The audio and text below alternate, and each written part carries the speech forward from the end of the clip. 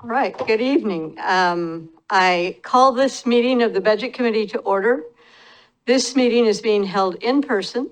The public is invited to watch live on the city's YouTube channel, Comcast Cable Channel 30 in the city limits, or via Zoom using the link on the meeting webpage. There will be opportunities for the public to speak during the community comment time. Written comments may be submitted by email to finance@milwaukieoregon.gov. When it's time to take public comments, staff will monitor the comment cards and email inbox. We will take comments in the order they are received and seen. Spanish translation services are available upon request. The public is asked to request translation services at least 48 hours before the meeting. Translation services are also available in other languages. So, as usual, we begin with introductions. I am Leslie Schachner, Budget Committee Chair. I'm Lisa Beatty, Mayor. Mary Rose, citizen member. Will Anderson, City Councilor. Emma Sagor, City Manager. Jennifer Garbely, City Engineer. Peter Passarelli, Public Works Director. Michael Osborne, Finance Director. David Cheatzazon, Citizen Member. William Johnson, Citizen Member. Robert Massey, Council President. And online, I believe we have Councilor Khosrow-Abadi. Councilor Khosrow-Abadi, can you hear us and can you unmute? Yes, thank you. City Manager State. Adam Khosrow-Abadi, City Council. Okay, so the next order of business is the approval of the minutes. Does anyone have any comments or corrections to the minutes from August 26th, 2024?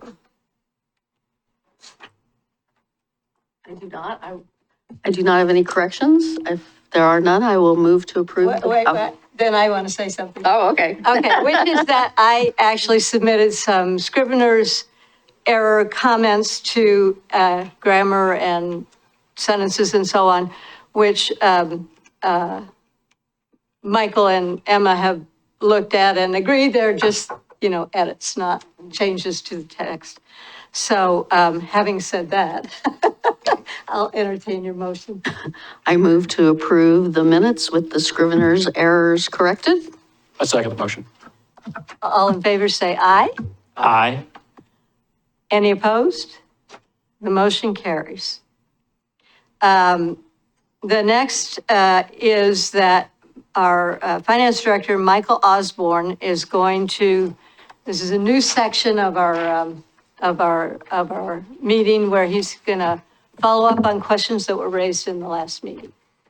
Michael. Thank you. So I want to start by saying I didn't go through and look at every question that we had from last meeting, but overall, the big question that we had last time was on SDC's fees and when those are paid and when what our admin fee was. So I went back and looked, and we remit to the county for parks on a monthly basis, and we withhold a 1% admin fee for that. Other SDCs that we do are on a bi-yearly basis to West that we pay in March and September of every year. That was the big question that came away from last meeting. Going forward in this, we have Matt Deeds, our Assistant Finance Director, back there, and he's tracking all questions as they come up for next time. So we do a better job of following up. Any questions? Further questions? I don't expect you to have the answer to this, but it's something I'd like to know, I guess. Is there something in an agreement, and it's probably a Justin question, but is there something in an agreement that commits us to the monthly transfer to NCPRD, or has that just been our practice? I'd like to know that just for the future. I don't know specifically, but we can follow up on that. I imagine it's paying them on a timely basis, and we just used a monthly process for that, but we can look into it. Okay. No one else has any other comments? So at this point, we will open the meeting to any community members that would like to discuss any city business with the committee. Those wishing to speak that are not at City Hall, please email finance@milwaukeeoregon.gov or raise your hand in Zoom by dialing *9. You can also write a comment in the Zoom chat to indicate you would like to speak. Before you make your comment, please state your name and city of residence for the record. If you would like the city to follow up with you, please submit your contact information to finance@milwaukeeoregon.gov. As the committee has other business items on the agenda this evening, speakers will be limited to 3 minutes each. Because the information provided during the community comments may be new, staff will respond at the next committee meeting to those comments that require follow-up. And I have a speaker card from Elvis Clark of Milwaukie, who wishes to speak on the general fund stability. And I believe he also submitted an email, which is in the record.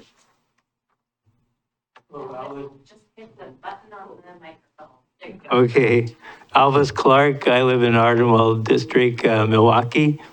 I submitted a written comment, as you saw there. I wanted to comment that also orally that urban renewal is running at odds with the need to grow our general funds for a growing population. For example, the 7 acres apartment complex in central Milwaukee has added to Milwaukee's population by about 240 persons or more. Yet the property tax increases from this new complex are going not to meet the increased basic service needs of these added people, but instead to urban renewal aimed mostly at downtown amenities, public amenities. Basic service and its primary source of funding, property taxes, should be and is supposed to be the primary function of city government and this body. It may be rather mundane purpose, but is the primary purpose of government. Urban renewal had not much to do with the 7 acres increase in property improvement.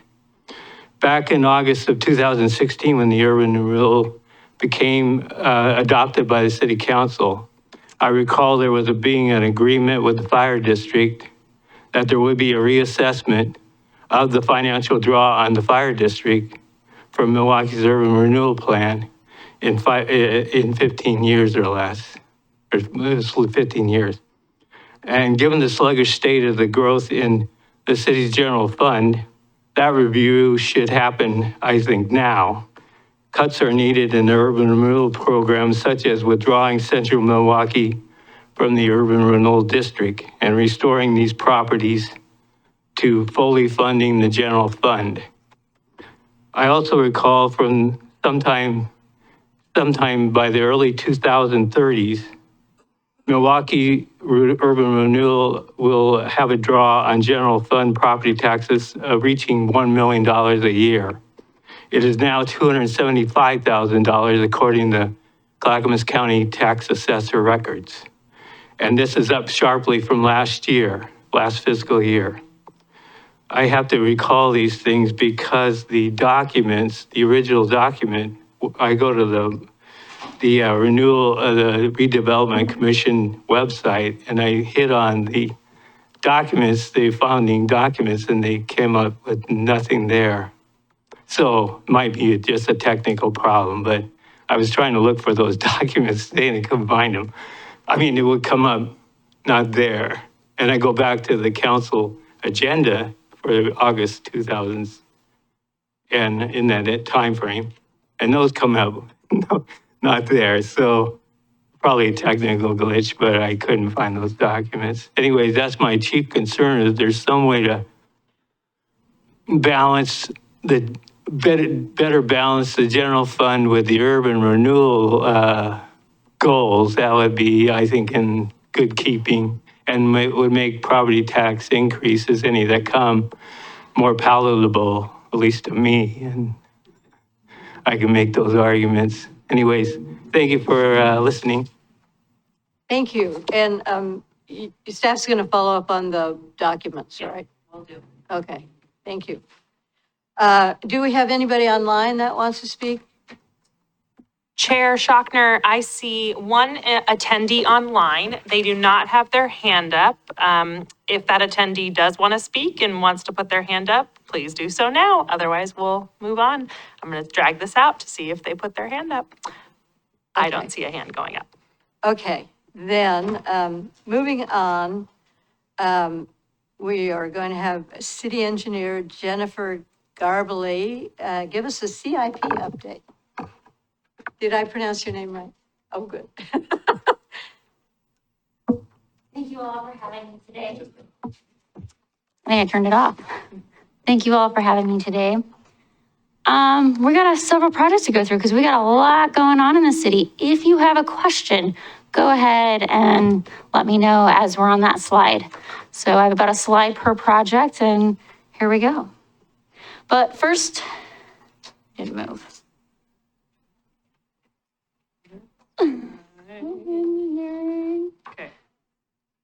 Okay, engineering news. Right now we're working on a supplemental for projects that cross the fiscal year 2024 and 2025. So we will have a supplemental coming to be approved in the future. We have a few projects like Washington area improvements, Meek Street, that is crossing over, and it's really hard to estimate exactly how much you're gonna spend by June 30th, especially when we set this budget back in like March. So we will have some funds from last year that will need to move into this budget that weren't spent as of June 30th. So that'll be coming. We received an SS4A grant. So it'll also be in the supplemental because that project isn't listed in our CIP currently. What is SS4A? Safe Streets for All. Oh, It's a federal grant. This is for the Harrison Safety Assessment.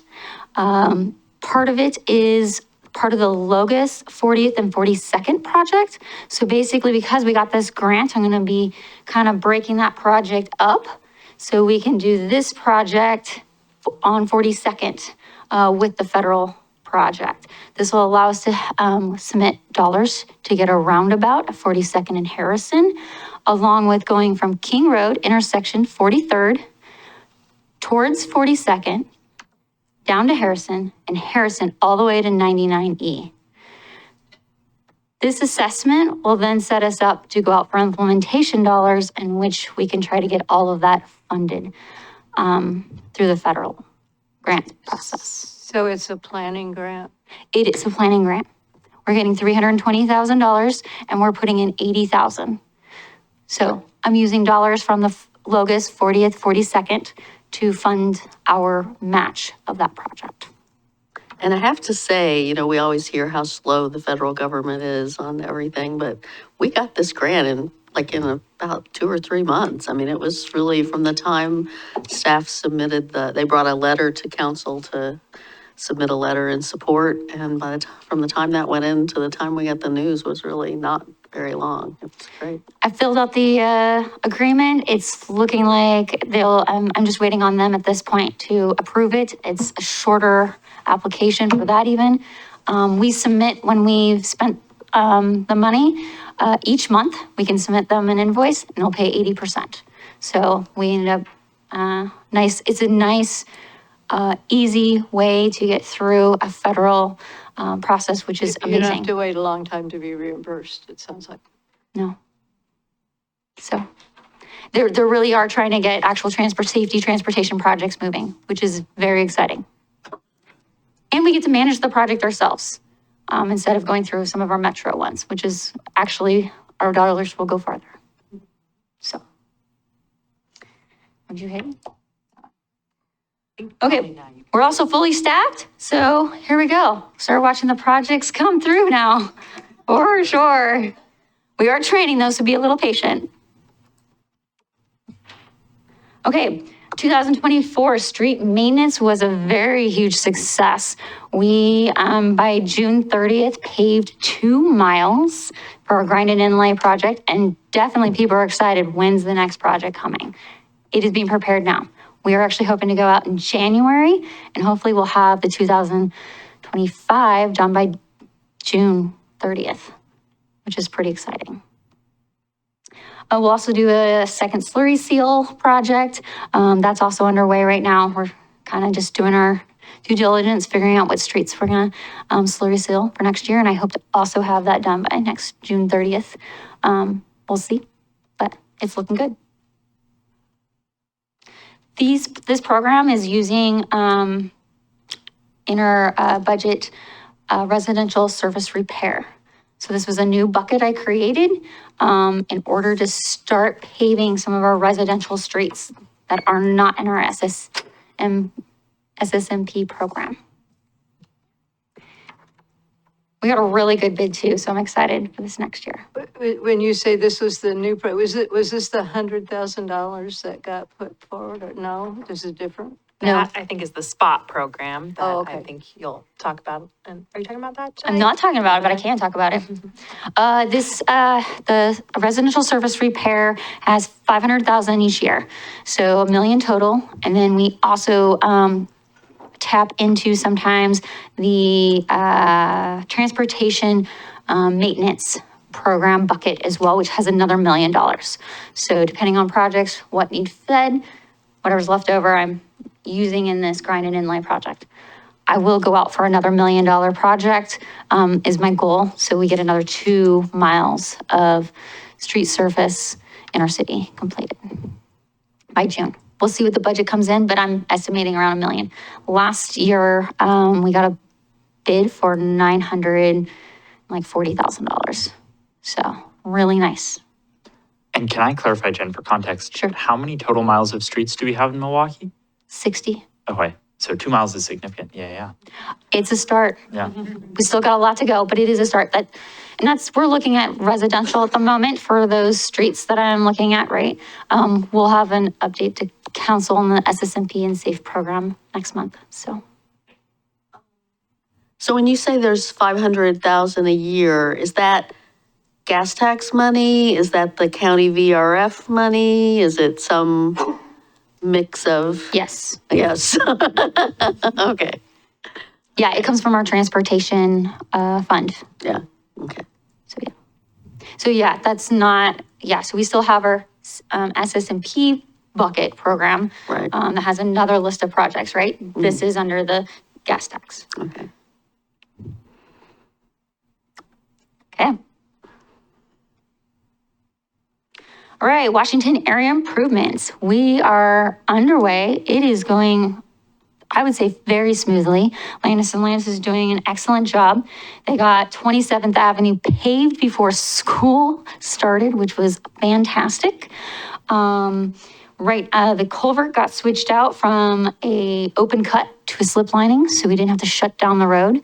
I did that mostly because of major risk on opening up those steep slopes. It wasn't at capacity, so we were able to slip line it and maintain a much smoother pipe through there. It's a corrugated pipe, failing, not doing so hot. We were able to pull in now an HDPE pipe, and it's working fantastic. We're about 6 months ahead of schedule. This project's supposed to be anticipated to be done in fall of 2025. We're actually looking at spring. So it's moving along quite nicely.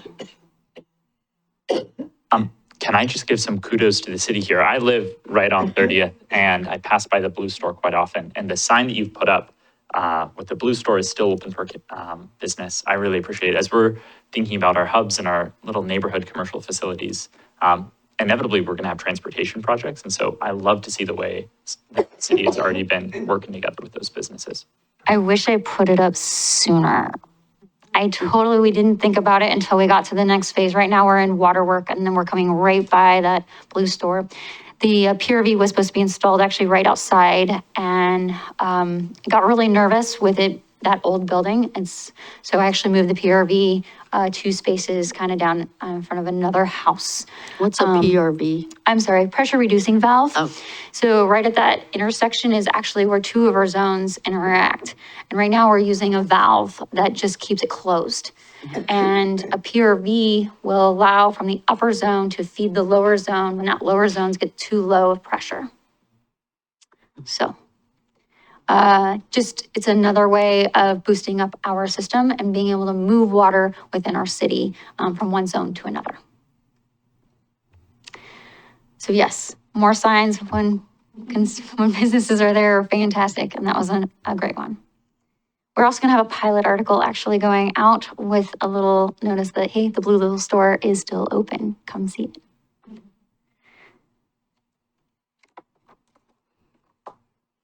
Ardenwald North, I know we've talked about this project forever, but guess what? We got a bid, it was fantastic.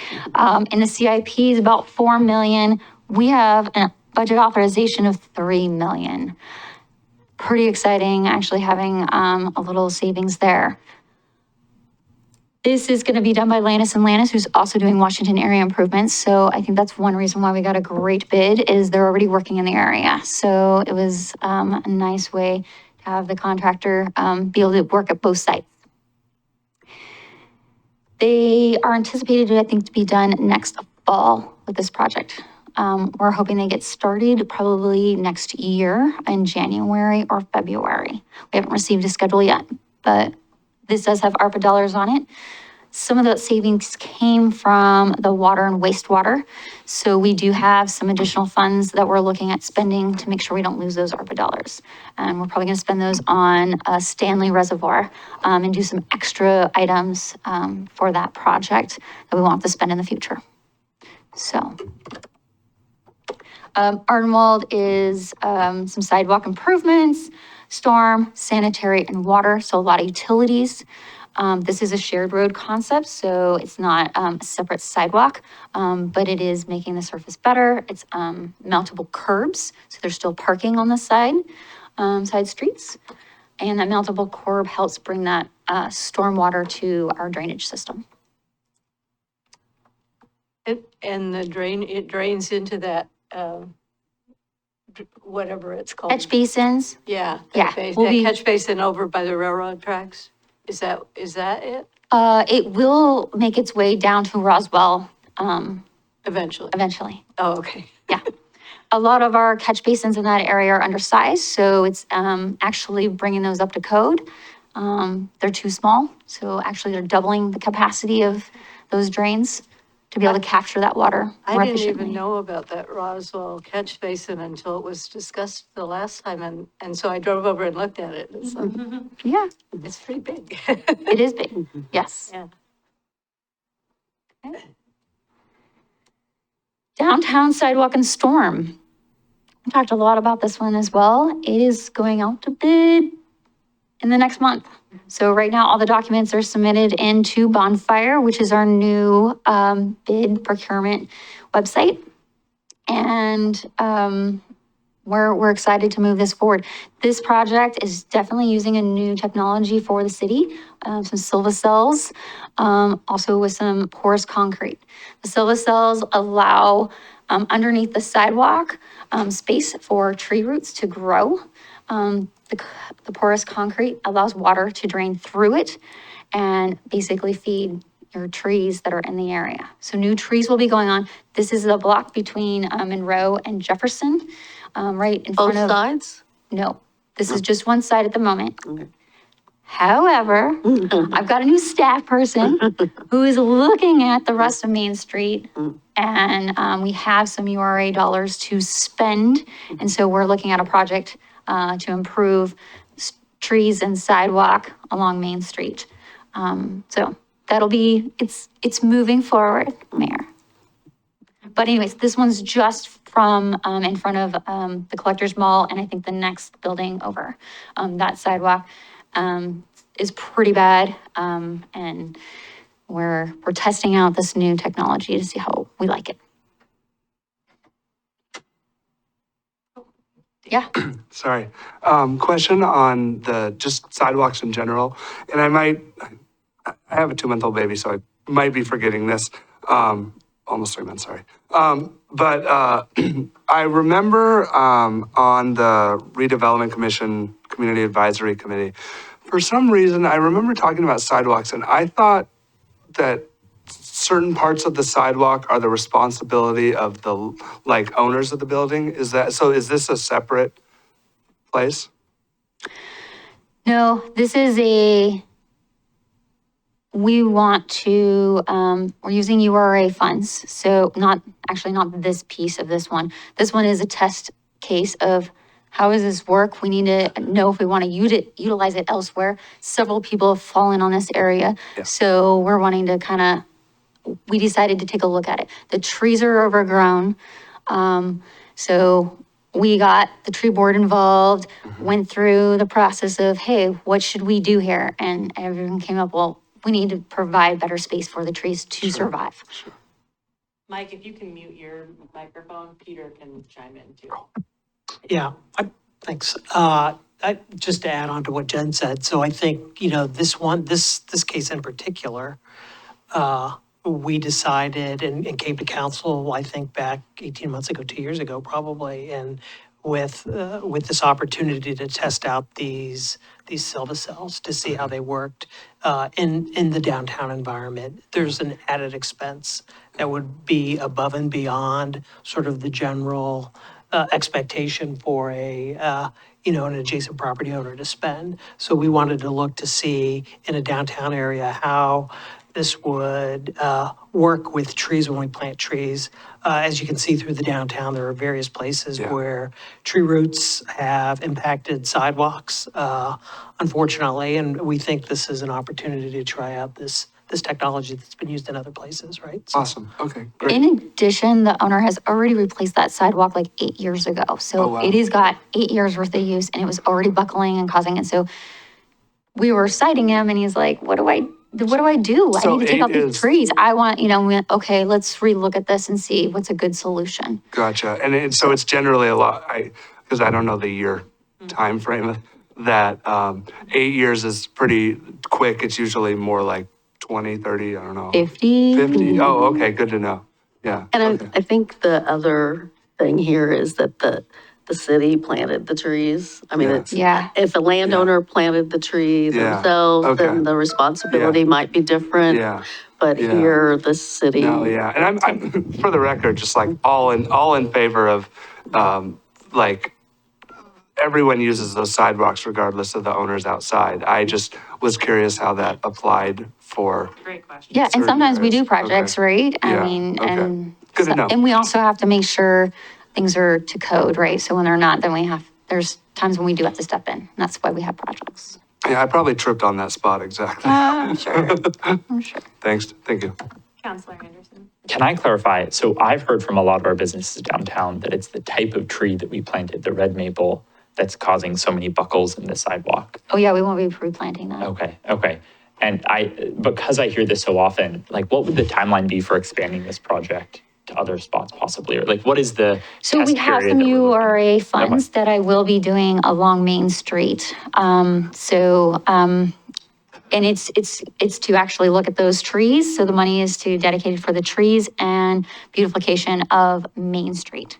So that's my next project I'm developing right now. Super helpful. Thank Just you. the other thing to add too, I mean, certainly the tree, that red maple, the way that it grows, if it's not able to get moisture, it's Sure. going to try to seek, the roots are going to try to stay close to the surface. So one of the other things we're doing in addition to the Silva cells, we're expanding sort of that, Tree well. that tree box really. So that's also being enlarged. It'll also receive more water because it's porous on top as long as it doesn't get clogged, but we're gonna work on that. So we're giving the trees a lot more water, nutrients, space to grow, space. So hopefully they're not gonna then push up and buckle. Yeah, I appreciate the ingenuity. So I have a question. I have a recollection of the city cutting down a bunch of trees downtown. They were oak trees. And I'm very well aware of it because I got 3 truckloads of wood for my fireplace. I happened to be downtown on a Saturday when they were doing that, and they said, oh, sure, we'll cut off all the branches for you. But so was that, we didn't replace those trees with the red maples, did we? I don't know what year you're talking about. That was well before. I think my what time. I think what it was related to was actually putting in the new bus mall. Yeah, that would have been Then before. Oh, both both of Jen and us. I were here. okay. Yeah. Since then, we do have a new tree list and a new street tree list. So we'll be using those options for downtown and even in the city. Like there is multiple things that, trees that can go underneath power lines and things like that. So smaller trees instead of bigger trees, things like that. Okay, thank you. Okay.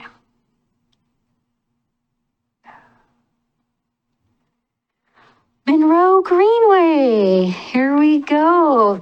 So we had an open house in September 12th. Over 100 people came, which is quite exciting. Right now for our east leg that goes from Linwood to 37th, we're underway with ODOT, who's running the project.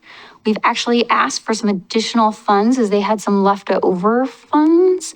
So we're trying to seek another 1.7 million, I believe, to aid that project. With inflation and things like that, I'm hoping to not have to cut some of the scope we originally talked about like 5 years ago. So we're excited. It is moving along. Yes, we've got some people that wish it would never come, but then we've got a lot of people that are quite excited about it. The next big thing is our water line that goes under 224. It's over 75 years old. And we decided we should replace that before they repave and do the signal at Monroe. It is under construction right now. It'll be done before the end of the year. And ODOT plans to go out to bid in January 2025 for their project. And the 37th to Linwood, do you have a timeline for actual going out to bid on that and stuff? It is like January 2026.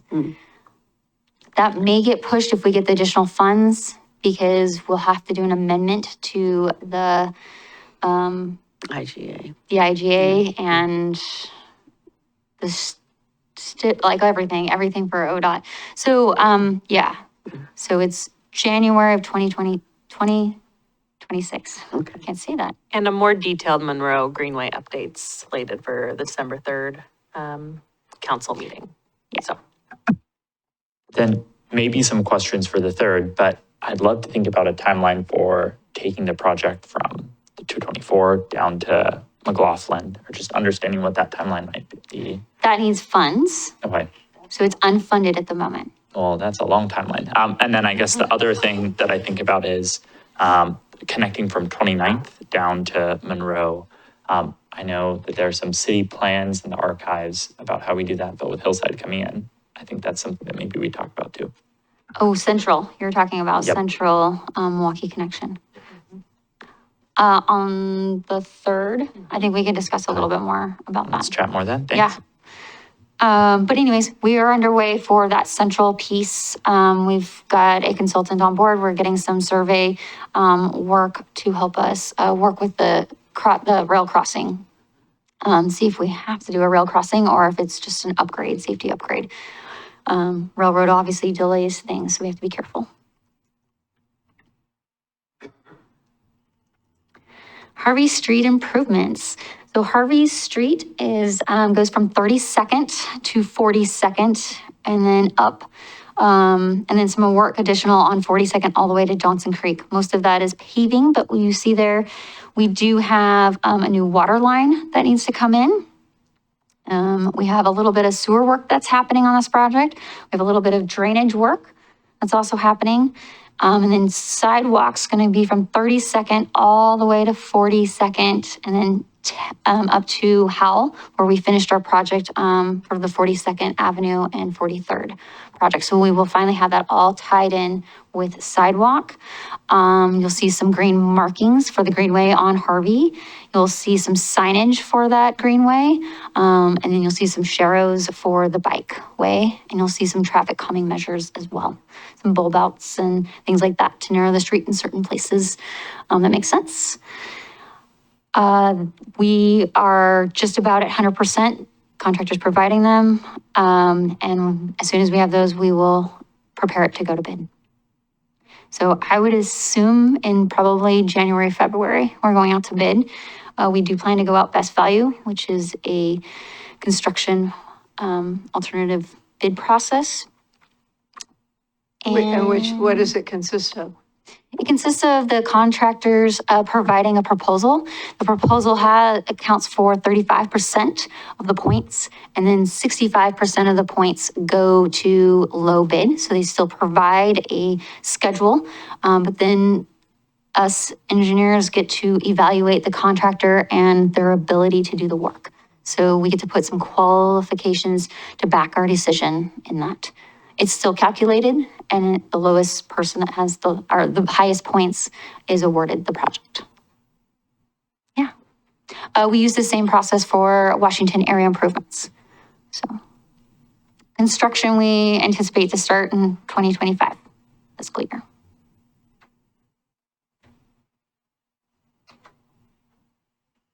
Waverly Heights sewer reconfiguration project.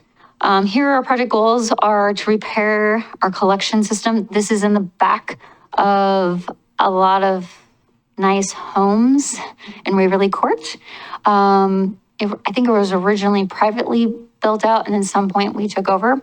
So we have some easements, but we don't have all easements for this area. So right now we're working on a 90% design submittal and then cleaning up those easements. As soon as I have those easements, then we will be going out for procurement, put it out to bid, and bring the contractor on. I would say we're on budget at this moment. I'm hoping to have a contractor on by June, this next June. When we need to get easements, is that something that engineering and Justin work on, or do we hire somebody to deal with easements? We're hiring someone for this one. Mm-hmm. It's just a little bit complicated and cumbersome. It depends. Some we will do in-house, but we still have a right-of-way person give us a description and things like that. So it just kind of depends on what kind of easements we need. But for this project, the consultants has a sub that's doing the work.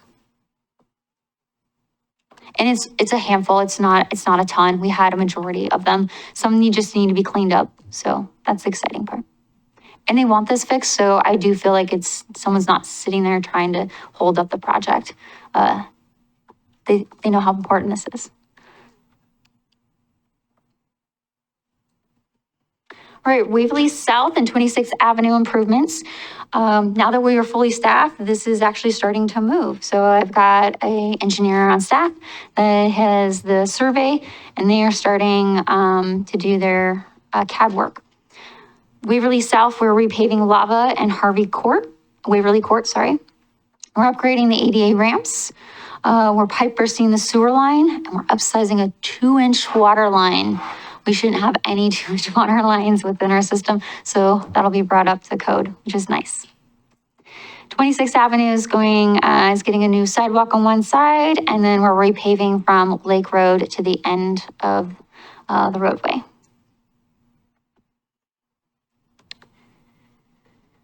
Meek, North Phase. We are so close. We are getting there. I don't know if you know, but this project started in 2016. It is one of the first projects I started with, so I'm really ready for this one to be done. It has been delayed the past 6 months due to the railroad. They want specialty work plans done. We have to hire their special flaggers. You have to schedule them. Anyways, once we did all of that, we finally got notice to move forward in September.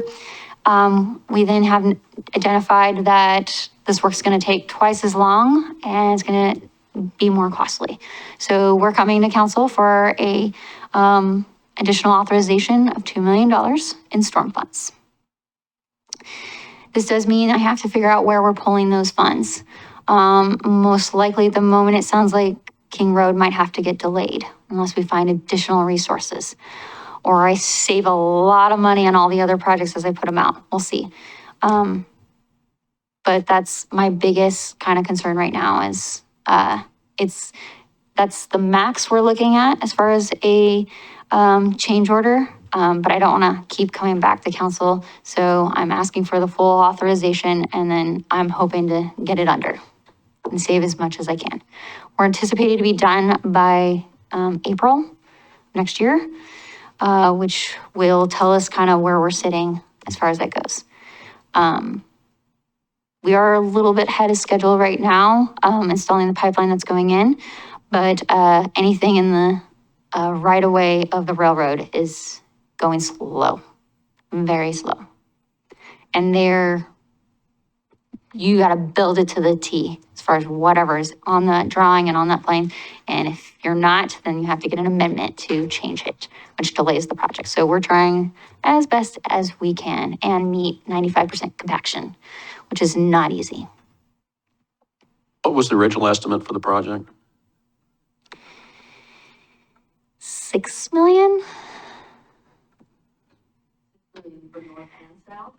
No, just north with the purchase of the property though. That's with construction's for purchasing and easements, and we have a water line bore, brought it to 6 million.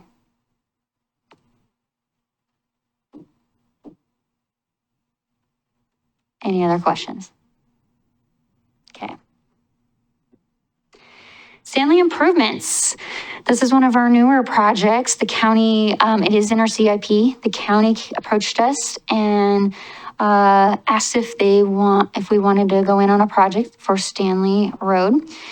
The project's between Johnson Creek and King Road. They're paying for about 65% of the project.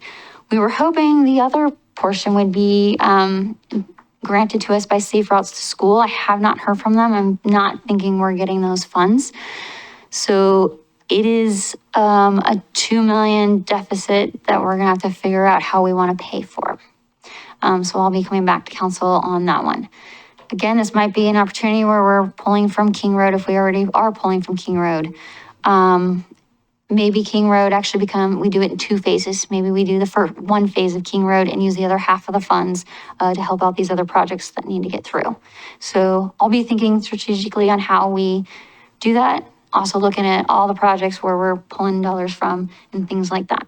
But we did get this money from the county, so we are obligated to move forward with it. So on this one, there will be a side path. Does that mean a sidewalk? A side path is it's for bikes and pedestrians. So 8-foot side path, full length from Johnson Creek. And which side is it going to be on? That'll be in decided. I'm not going to tell you which side right now. Okay. There's just too many things right now. Yeah, I mean, it's pretty narrow in places there. That's why it's only going on one side. But it's also an opportunity to pull, bikes will still be able to be in the roadway. But if they want to be on this side path, it'll be another opportunity. We are there, hopefully we can still do the RFB at Logus and Stanley.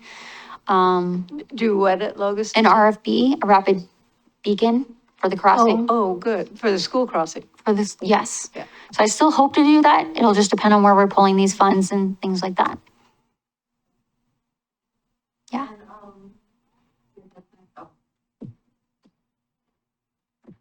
So it's from Johnson Creek to King. We're not proposing to build a new bridge over Johnson Creek the way they did with Linwood or anything. Yeah, they are. Oh, yeah? That piece is in the county's responsibility. Oh, yeah. So the bridge will get built. Oh, really? So Yeah. this will connect all the way to the boulevard? Okay. Yes. Okay. Yes, they Great. will. Great. So. Can I clarify when we need the funds by? Because I do think about Safe Routes to School next grant period. It likely will have, if I'm reading tea leaves, one of the things that the legislature talks about a lot as they talk about transportation funding is the Safe Routes to School program and expanding it to meet the just demand that the program has. Yeah. But that likely would happen after the sunset of when we need the funds, or I guess, So we have design funds, because I put design money in there to make sure we weren't held up on the Okay. project. I would say we are about 18 months away from needing, 18 to 2 years needing construction dollars. okay, So we do have some time, which Yeah. is a nice opportunity to say, where can we pull that? And maybe we don't have to actually pull it completely from King Road, right? So we do have a little bit of time there. But I do have design money, so that's exciting. okay. But there's a possibility for going out for another Safe Routes to School. I mean, I think it's in 2 years, right? They do one every 2 years, so Yeah. it'll be cutting it close, but yes. Okay. I mean, I think we would apply for it before we would hopefully need the dollars, and then it's just a matter if we got them. Yep, helpful, thank you. So, yeah, I would definitely go out for it again. Okay. And here's our King Road improvements.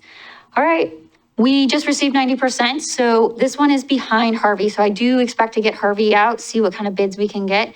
And then here's King Road. Right now, we're reviewing that 90% design submittal.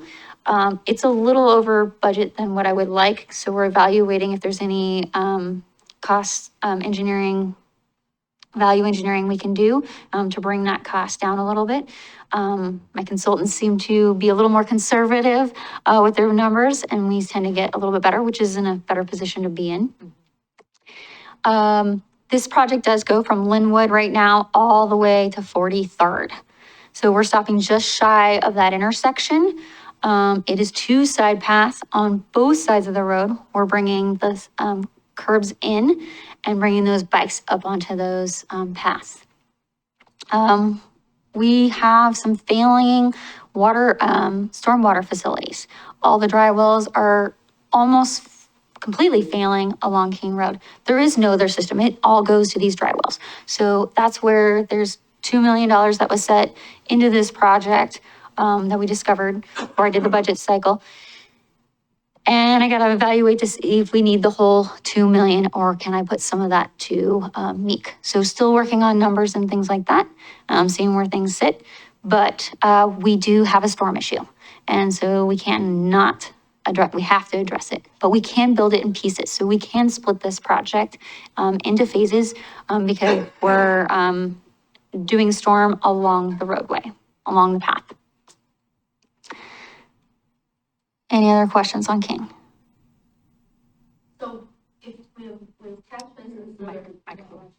We have catch basins that are failing, and you're saying we don't have any line that's going from carrying water from any. We have dry wells that are failing. dry wells, So our okay. catch basins collect the rainwater through a pipe, and then they go to these wells, and these wells, we try to infiltrate them into the ground.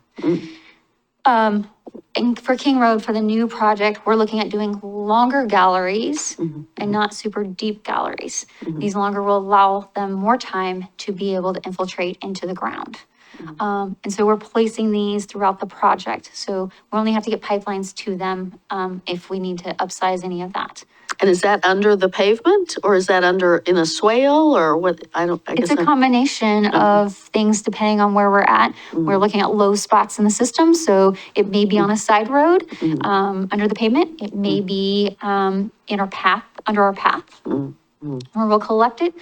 So we've kind of really gotten creative on the needs of the project, where to put it. Interesting, thank you. Yeah. All right, now we're getting to our water projects. I don't know, here's a awesome, yes, it's empty, it's got a hole cut. Yes, this is our picture.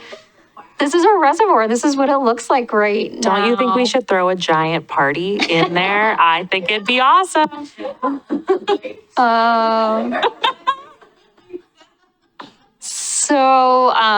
Yeah, I would say the exciting part is this is moving forward.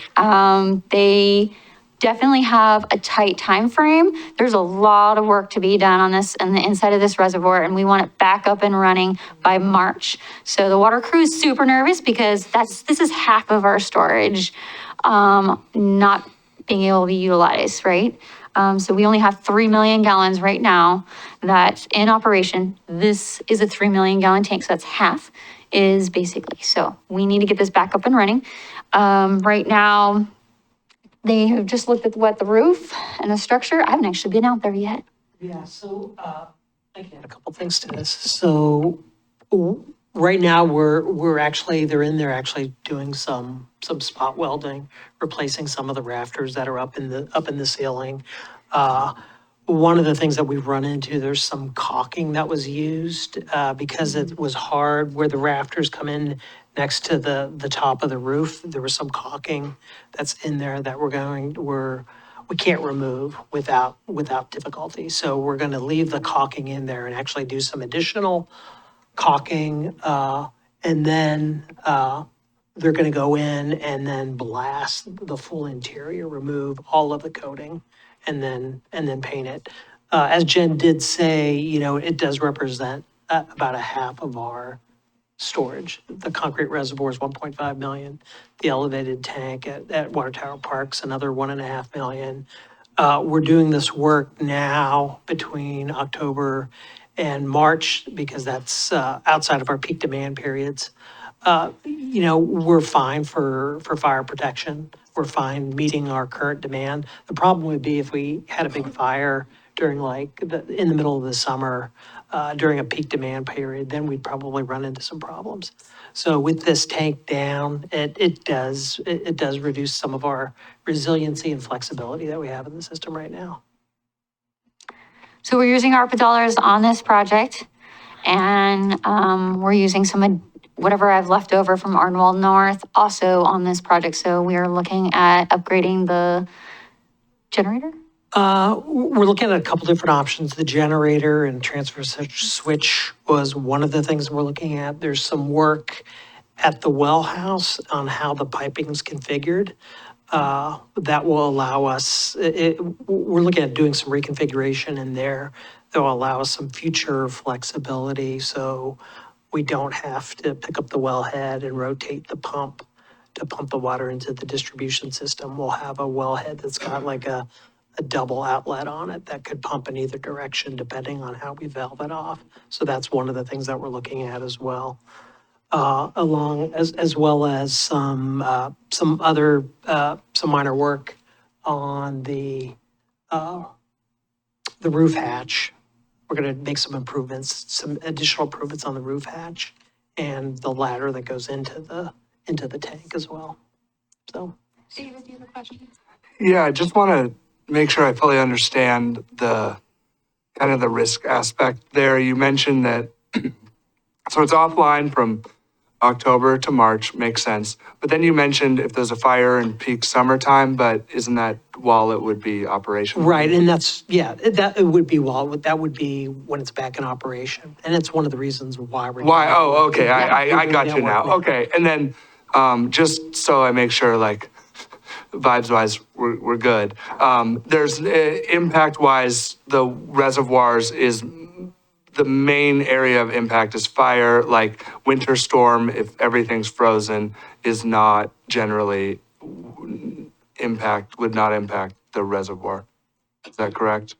I assume I don't understand quite. Like, I'm just like Austin, Texas, and like those areas when they had that huge freeze a while back. I know they had water issues, and I was just curious if there is like a crazy winter storm. Does that have any impact on the reservoir? Or no. It's more water, so I assume not. But I don't know. Like I said, it does reduce our flexibility and resiliency. So there could be a scenario that we would have to pump. But typically, it's just fire that is the main. Okay, good enough. Thank you. Yeah, we insulate usually the valves and everything that's coming out in the pipeline, so it's not going to freeze the pipeline or anything like that. And these are big bodies of water as far as that goes. So they're not freezing inside the tank or anything like that. And we've made some significant seismic improvements to the piping connections as well coming out of the reservoir. We're getting a seismic valve also Yeah. on this reservoir as part of the work. It's Awesome. exciting. Thank Yeah.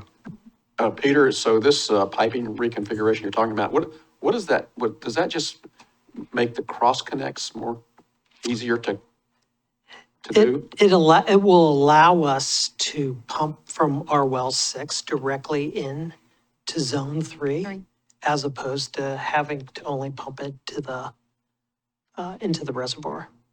Yeah, right now you have to pump into the reservoir and then you pump out of Oh, I the see. reservoir into the distribution system. Okay, got So, it'll change that. Yeah. It'll give us more opportunity and flexibility. And right now, as Jen mentioned earlier, we're feeding our zone 3, where this reservoir is, from zone 2. So wells 2, 3, 5, and 4 and 7. Those are all being used from and being pumped out into the system. Generally, the zone 3 is water's fed from well 6 and from the reservoir here. And then we'll transfer water from time to time from zone 3 into zone 2 in the summer. You mentioned the hatch on the top. Just curious, how often does one have to use the hatch on the top?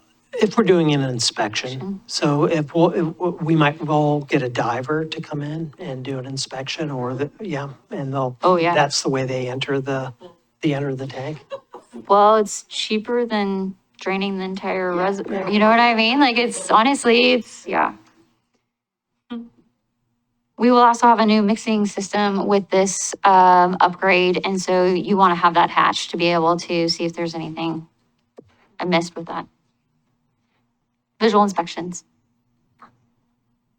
Okay.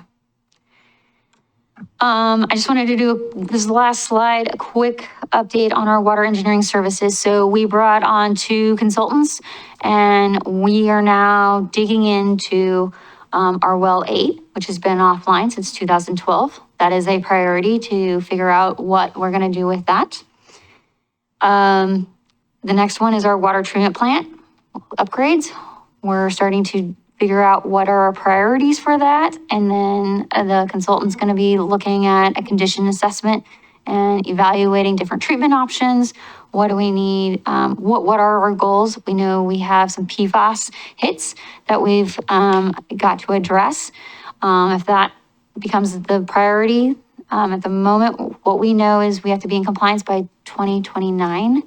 That is not very far out. So we've got a lot of work to keep moving forward with that. Then our concrete tank has some upgrades that need to happen. It is a older tank, but it's right now tasked to have a new liner and it needs some seismic upgrades, which is our 1.5 million gallons. It's 100 years. I think it is 100 years old, 1929. So it's close. It's almost 100 years old. Concrete. It's the At 40. tank off of 40th and Harvey that has the mural on it. And then a new reservoir. That'll be the third kind of major task kind of in that area. So it's kind of storage, treatment, and wells is what we've got that divided up to. So the main mechanism of that team though is to start looking at identifying funding and how are we going to start figuring out how to pay for these new water upgrades that need to happen. So, question.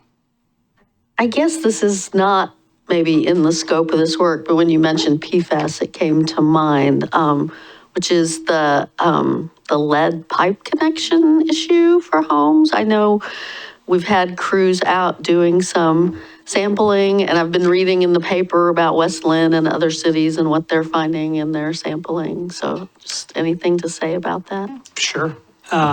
So we, over the last year, we went out and did a a service line inspection to determine if we had any lead services in our system. So what we did first was we sent out a survey to all the residents that they could participate in. We got maybe, 2.5% to 5% participation in that. And then from there, we used that information and the information that we had in their GIS to determine a statistical sample that we would need to go out and inspect to determine if we had any lead services. So using all of that information, we identified that we needed to go out and actually physically inspect approximately 350 services throughout the city. And those were services less than 2 inches, or 2 inches or smaller. We completed that inspection in early October, and I'm pleased to say that we did not find any lead services. None. So based on that statistical analysis that we were able to do, that generally would mean that we don't have any. Lead services are generally much more prevalent in the Midwest and East Coast. They typically weren't installed out here in the Pacific, on the Pacific and the West Coast. That doesn't mean that we don't have any, but what we've seen from our sampling and surveys and work out in the field, that we did not find any. But we're certainly on the look for it, yeah.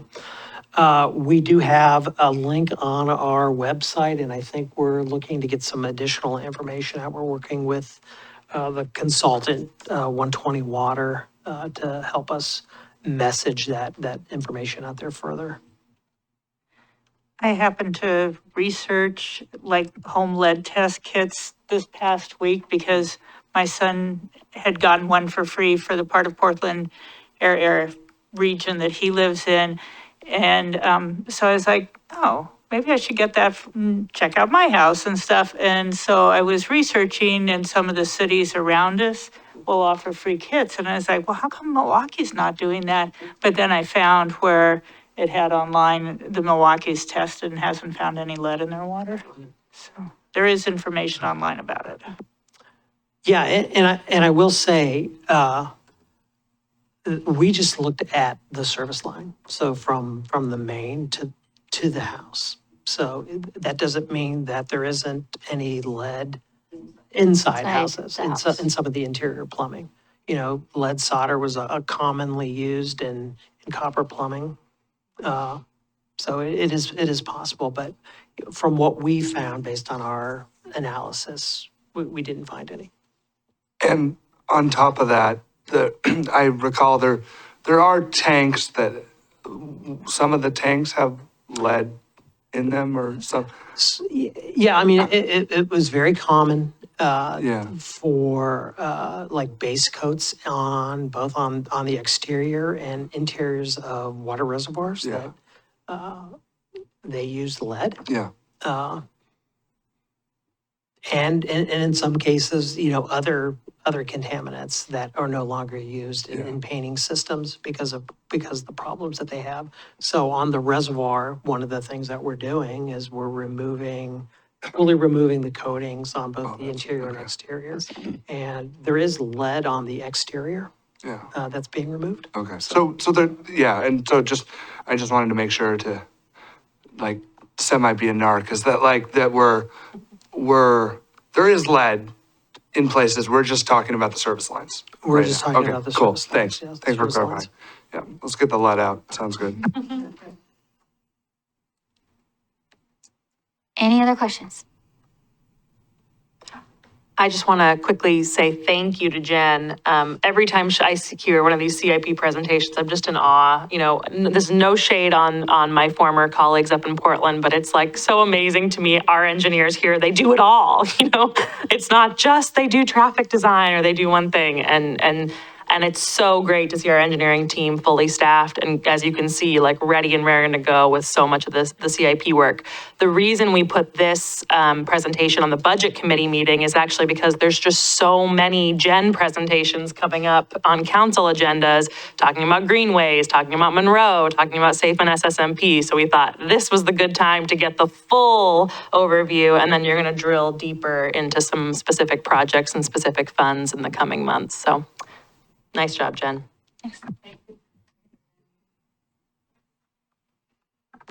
Okay, so our next order of business is Public Works Director Peter Passarelli will give us an update from the CUAB meeting on the comprehensive study and the Kellogg. Did they reorder? Yes, they reordered, yep. Yep. This is my agenda. Well, thank you, Chair Schachner. I'm Peter Passarelli. I'm the Public Works Director, and I just have really two slides this evening. I wanted to just have a quick discussion with the full Budget Committee on what we discussed at our CUAB meeting earlier this month on November 4th.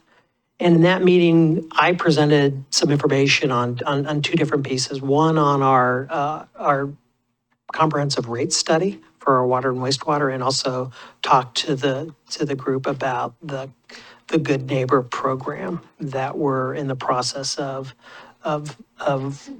putting a grant program out together. So I plagiarized from FCS, John Ghilarducci from FCS. We're engaged with them to do our water and wastewater study. And John, I thought he had a really good slide here that sort of walked through the process of what we're going to do for this rate study. So five different steps here that we're looking at. And, we're really sort of initially in sort of the information gathering stage. So we're going to be providing FCS a lot of our consumption data as it relates to water and wastewater, the customer data, so they can use that to start taking a look at that analysis. But as we go through this process, we're going to be looking at several things. First and foremost is our financial policies, in particular for the water and wastewater. And that's how we, really sort of set what our reserve levels are for those two utilities. So we'll have discussions with CUAB and council on what's appropriate as John looks at that analysis and looks at what we have in particular. I think I know several of the council members, and I think some of the budget committee members have in the past made comments about are we setting those at the appropriate amount? So we're going to go through this analysis and determine, are we adequately, protecting ourselves against financial risks? The next part would be, John will be working on, and FCS will be working on, is that revenue requirement. And that ties into making sure that we're generating the appropriate amounts of revenues for our operations and maintenance cost, any debt that we might have, and future capital improvements. Some of those that Jen talked about that we're working with a consultant on right now, some of the treatment plant upgrades and things like that.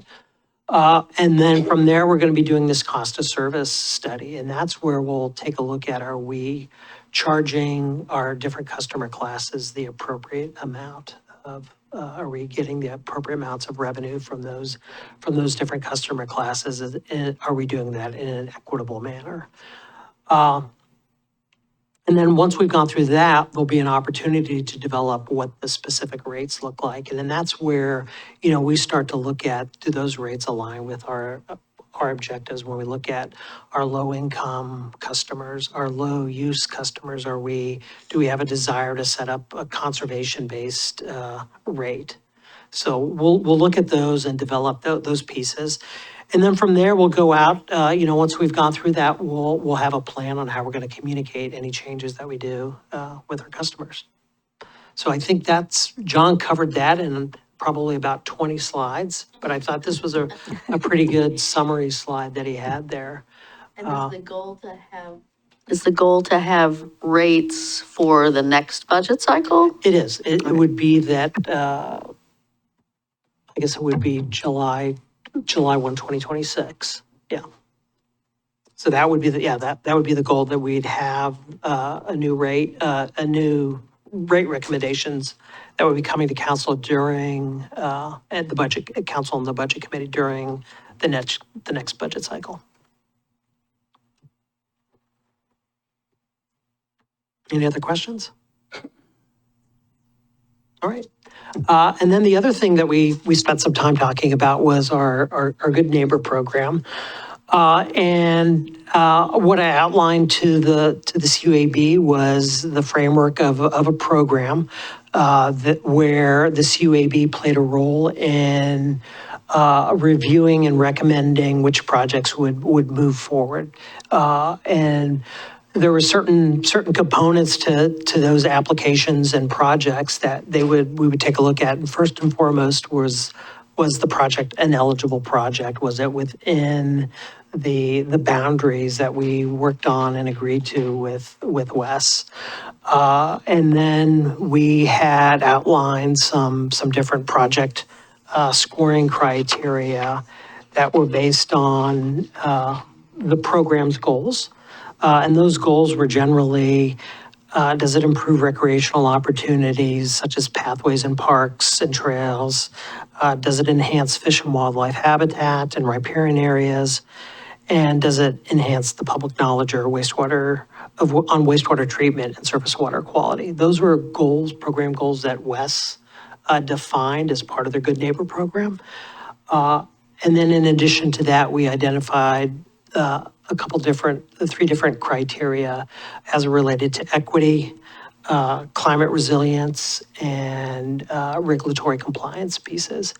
So using the project eligibility and the goals, we identified a total of 35 points that projects could score. And we would go through a scoring matrix with each applicant. We were looking at having an application cycle that ran from March through June.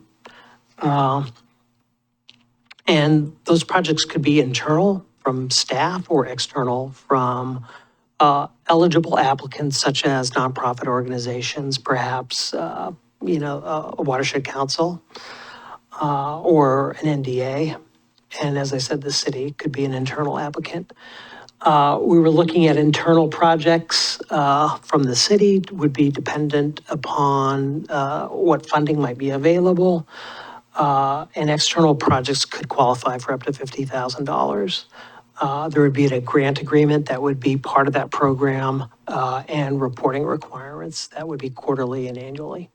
Peter, I'm looking at the application cycle, and my recollection is we talked about doing the first one in March through June, but then moving That it is correct. back in, so that we're not trying to do that at the same time we're doing the budget. That is correct. So the cycle after the first one would move back to like November, right? That's correct. Yes. And then it would be ready to go when the weather's good. Yep. Okay, thank you. Just trying to keep myself straight here.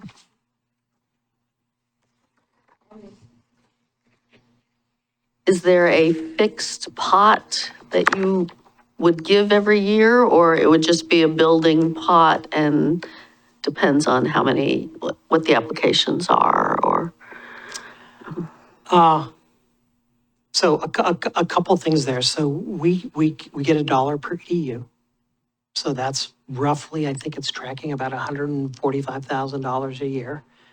Through 2029, we have some debt that we're paying back, which is roughly 80 to 90,000 within that range that we're paying back. And after 2029, that debt is paid off. So that opens up that full amount to then be used.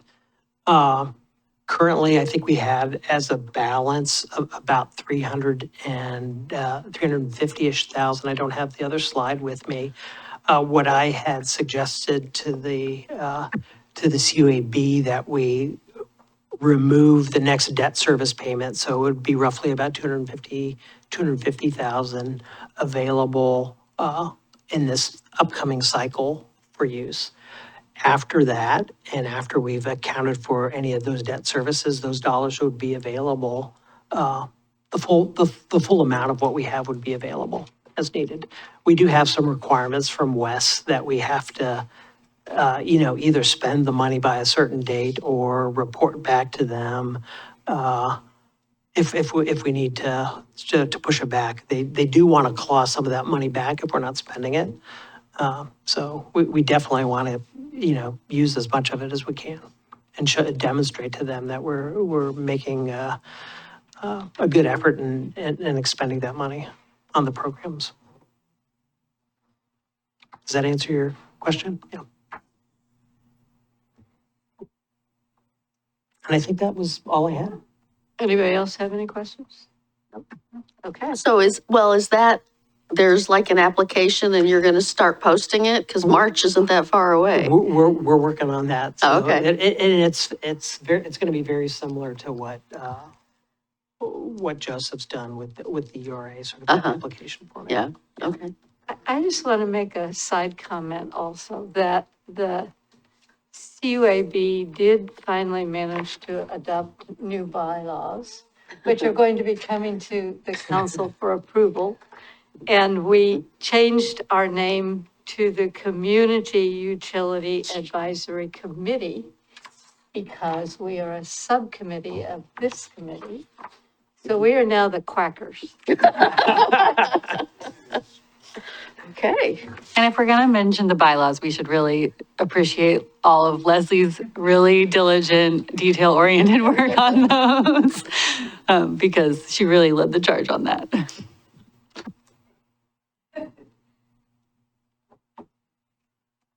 Well, thanks. I am done. Report to us, city manager and then present the financial stability report. Fab. Discuss its inception. Yes, absolutely. And as a big Duck fan, I'm very pleased to hear about the quack. Well, good evening, and thanks so much for the patience with our schedule shuffling. I want to make sure there's a lot of night meetings this week, the week before Thanksgiving, so if I can let some of my hardworking staff go home a little early, I would love to do that. But Michael and I are both really excited to give you first a quick little just city update. I try to kind of catch the highlights from the last quarter, but then we'll spend the bulk of this update talking about this beautiful, colorful table you have in front of you. So looking back at Q2, it was another busy and productive quarter in Milwaukie. You've heard a lot already about some hiring that we've done. We have a fully staffed engineering team, which I thought would never happen in my time in Milwaukie. It's actually kind of hilarious when you walk to that corner of the second floor now and you see all the bodies there. You're like, whoa. Where did you all come from? Because it's been quiet for so long, but that's just great news for our CIP. We've continued to do a lot of hiring out at Public Works as well. There've been some great promotions, but also some great external hires there. And then I have a very hot off the presses announcement for today.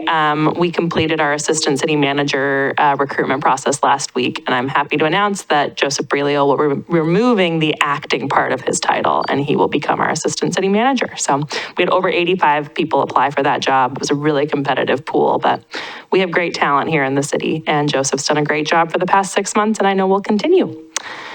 Other exciting things, we have a tentative agreement with our largest labor union, AFSCME. Council will be considering voting to ratify that tomorrow night, and Michael will talk a little bit more about the financial implication of that agreement, but we're really excited to be reaching that milestone. Tons of CIP progress. You just heard a lot about that from Jen. Our audit is underway. Michael will talk a little bit more about that as well. The business improvement grants that are funded by our urban renewal area, we're up to 10 of those now that have either gone out the door or are about to go out the door, which is just fantastic. Those are 10 businesses in the urban renewal area that are directly going to be benefiting from these funds. We're gearing up for, it's so funny, you'd think that the sunny time would be when we do the most events. Oh no, we are hardy Northwestern folk in Milwaukie. So we're gearing up for our busy event season. Umbrella Parade on December 7th, Solstice on December 21st, and Bing in the New Year on December 31st.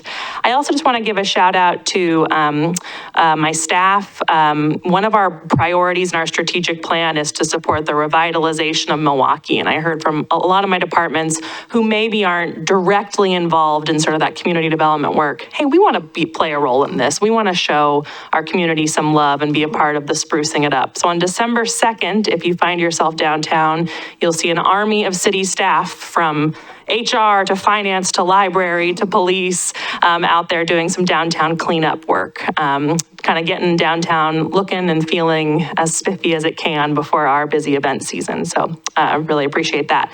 And then if you are a longtime Milwaukeean who has heard of something called Milwaukie Days, that hasn't been around for a while. Yes. Well, Milwaukie Days, may it rest in peace. It's going to keep its name as a beautiful, moment of the past, but we are resurrecting a summer event that we are calling Milwaukie Fest. It is Milwaukie Days, D-A-Z-E. Yes, indeed. But Milwaukie Fest is a new celebration coming in 2025. So that'll be like Milwaukie Days, sort of a weekend of celebration in the city. We're really excited about that, and I could tell you more after the meeting if you'd like to know. The big thing that we're here to talk about tonight is the continued progress we are making on that financial stability strategy that we launched at our last budget committee meeting. So to kind of reground us as to why we need to have a stability strategy in the first place, I really want to bring this graphic back. This was a graphic we showed you during the budget process. At the last place I worked, which had a similar graphic, they called it lovingly the jaws of death. I think that's a little harsh, but what this graph shows is two trends. One in blue is the trend of city general fund revenues over the last several years. And you can see, it bumps and oscillates, but it's generally a horizontal line. If you drew a trend line through there, it'd be pretty flat.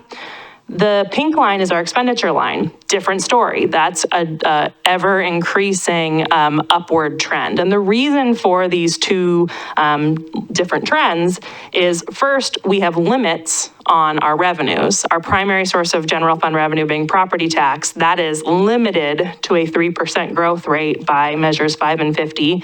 And there are other factors that limit our growth. Things like the URA, which does put some property tax revenue into a restricted bucket. And then the reason for the pink line going up is all sorts of things. Inflation, we feel it too. Outdated infrastructure and systems that are in need of a replacement. That's just, general wear and tear of cities, but also just the need to modernize and all the great work we need to do to keep meeting the needs of our city. Our city is growing. The problems are in some ways becoming more complex. So there's greater demands on city services. A good example of that might be the behavioral health needs that our public safety team might not have really thought of as part of their core portfolio even a decade ago. And then finally, the cost of living does continue to climb, and we want to be an employer of choice. So when Michael talks about the labor agreement we just negotiated, it reflects that much higher cost of living, and we are not the only city experiencing that kind of change. So why is that graph concerning? Well, we don't have our forecast chart up here, but I'll remind you that if you look at our general fund forecast, it looks okay in year 1, okay in year 2, it starts to go in the red in year 3 and out. And if we can't get a handle on that, if we can't fix that trajectory, in the next biennium, we're gonna have to start cutting costs in general fund.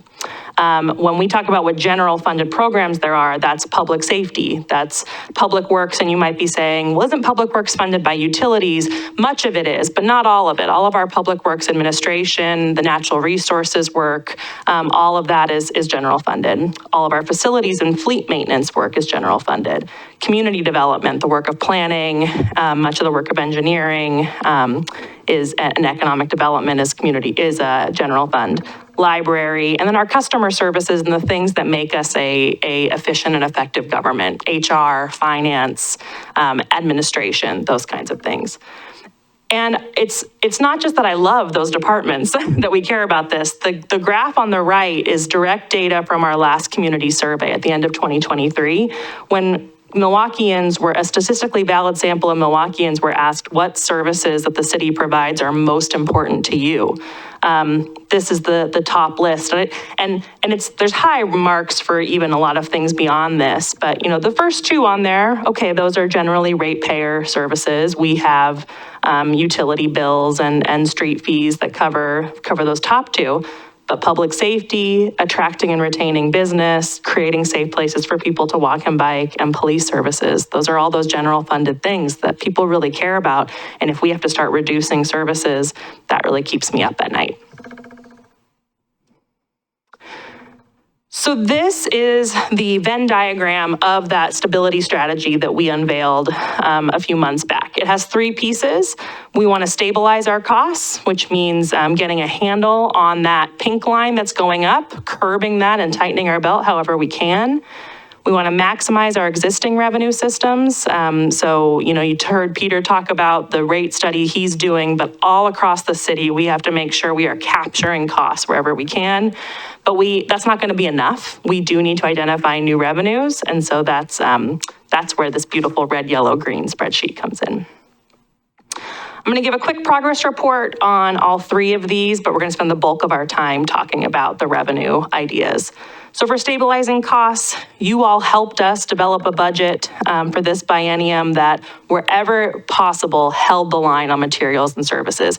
Even though inflation makes things cost more, I told departments they had to keep their budget from the last biennium, which really felt like a cut in many ways.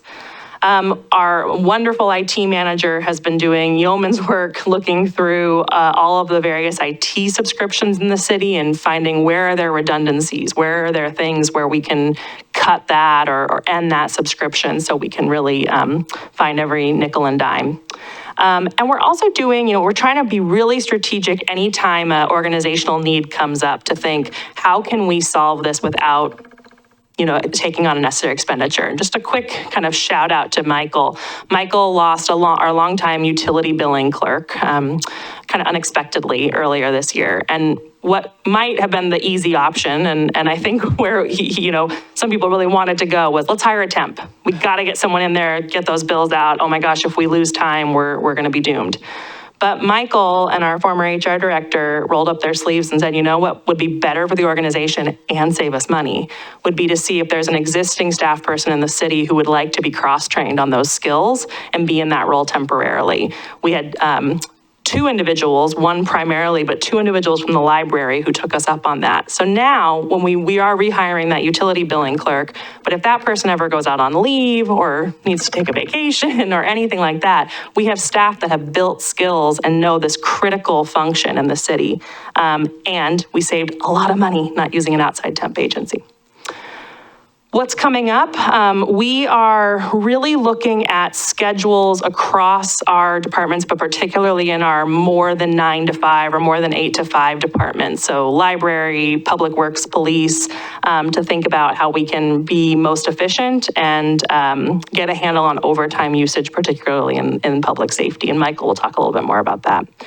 We are launching an organizational assessment this winter. I've talked a little bit about this in some other contexts, but I think there's some good hard looking we need to do at our structure that hasn't been kind of dusted off in a while to see if it's still serving us or if there are any opportunities for that creative efficiencies to find and save us some money. And we're optimizing city buildings to reduce energy costs. And I kind of chuckle at this one because it was so cold in here this morning. One of our heaters wasn't on. So I guess we saved some money, but we shivered a lot. But we are looking to just practice what we preach in terms of energy efficiency. On the maximizing existing revenue streams, one thing we've talked to you about and we're going to continue to do is see wherever we can offset general fund expenditures with other funds. Urban renewal dollars, you approved that we can use some of those for our community development director, for example, when he's working on URA things. And we're just going to continue to kind of take that sharpened pencil approach to our budget. And then a lot coming up to just make sure we are maximizing these revenue streams. We will talk a little bit when we get to revenue ideas about credit card fees, but that's, I think, a place where we sieve a lot of money when people use credit cards to pay for things in the city. We need to comb through our like 54-page fee schedule, A, to make it more readable, but B, to make sure all of those fees capture the full costs of work. There's some infrastructure upgrades we could do that could modernize utility billing. That would be a cost outlay to start, but cities have shown that when you do that, you often then recoup costs higher. We'll talk a little bit about parking and business registration fees, where we could do some redesign to, I think, get more out of those revenue streams. Changing enforcement practices to better capture violations. I think this one, is just, again, asking our teams to just look at their practices and see, are we aligning with our goals, not being overly punitive, but fully capturing the costs of things that we do have a need to capture. And we have not had someone in the finance team looking at our right-of-way and franchise fees for a while. That is something we could consider assigning again to a staff person, because there is some revenue I think we might be leaving on the table in terms of going after some of those fees and licenses. And finally, our cost allocation methodology. So this is how things are transferred from the other funds to general fund.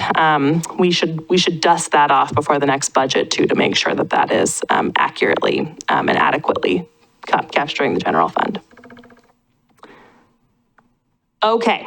But the one you really want to talk about, I'm sure, is the new revenue ideas. So what did we do over the last quarter? We confirmed the universe of options, which when I say that, that's all the ideas in this big spreadsheet.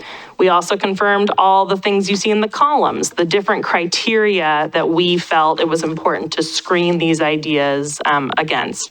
And I just want to give so much credit to Michael. This is a big lift. There's consulting firms that would charge you a lot of money to do this work. And Michael's really been leading it as a one-man show. So he conducted a multi-criteria analysis of all these ideas and helped us kind of zoom in on what our target is. So what we're trying to do, the kind of bullseye we're trying to hit, is to find around $3 to $5 million of new general fund revenue over the next biennium. So keep that in mind as sort of the target we're trying to reach. I also know I'm talking a lot about general fund. My last slide tonight is going to be looking at some other funds, but the general fund is really the one where that stability is most critical right now. So 3 to 5 per year, or 3 to 5 for a biennial? 3 to 5 for a biennial budget. So what we want to do, what we're hoping to do at this milestone, is get your thoughts on the list that we want to take away from this big table to do further analysis on. You obviously can't read this. So I'm flashing it up here just for our folks at home to know that they can go into the packet and see this and zoom in more detail. And all of our budget committee members, you have it printed out in front of you. I'm going to come back to it, so don't worry. But the punchline, and this was sort of in the staff report in your packet, these are the 7 ideas that we feel from the staff analysis make the most sense to carry forward for further look.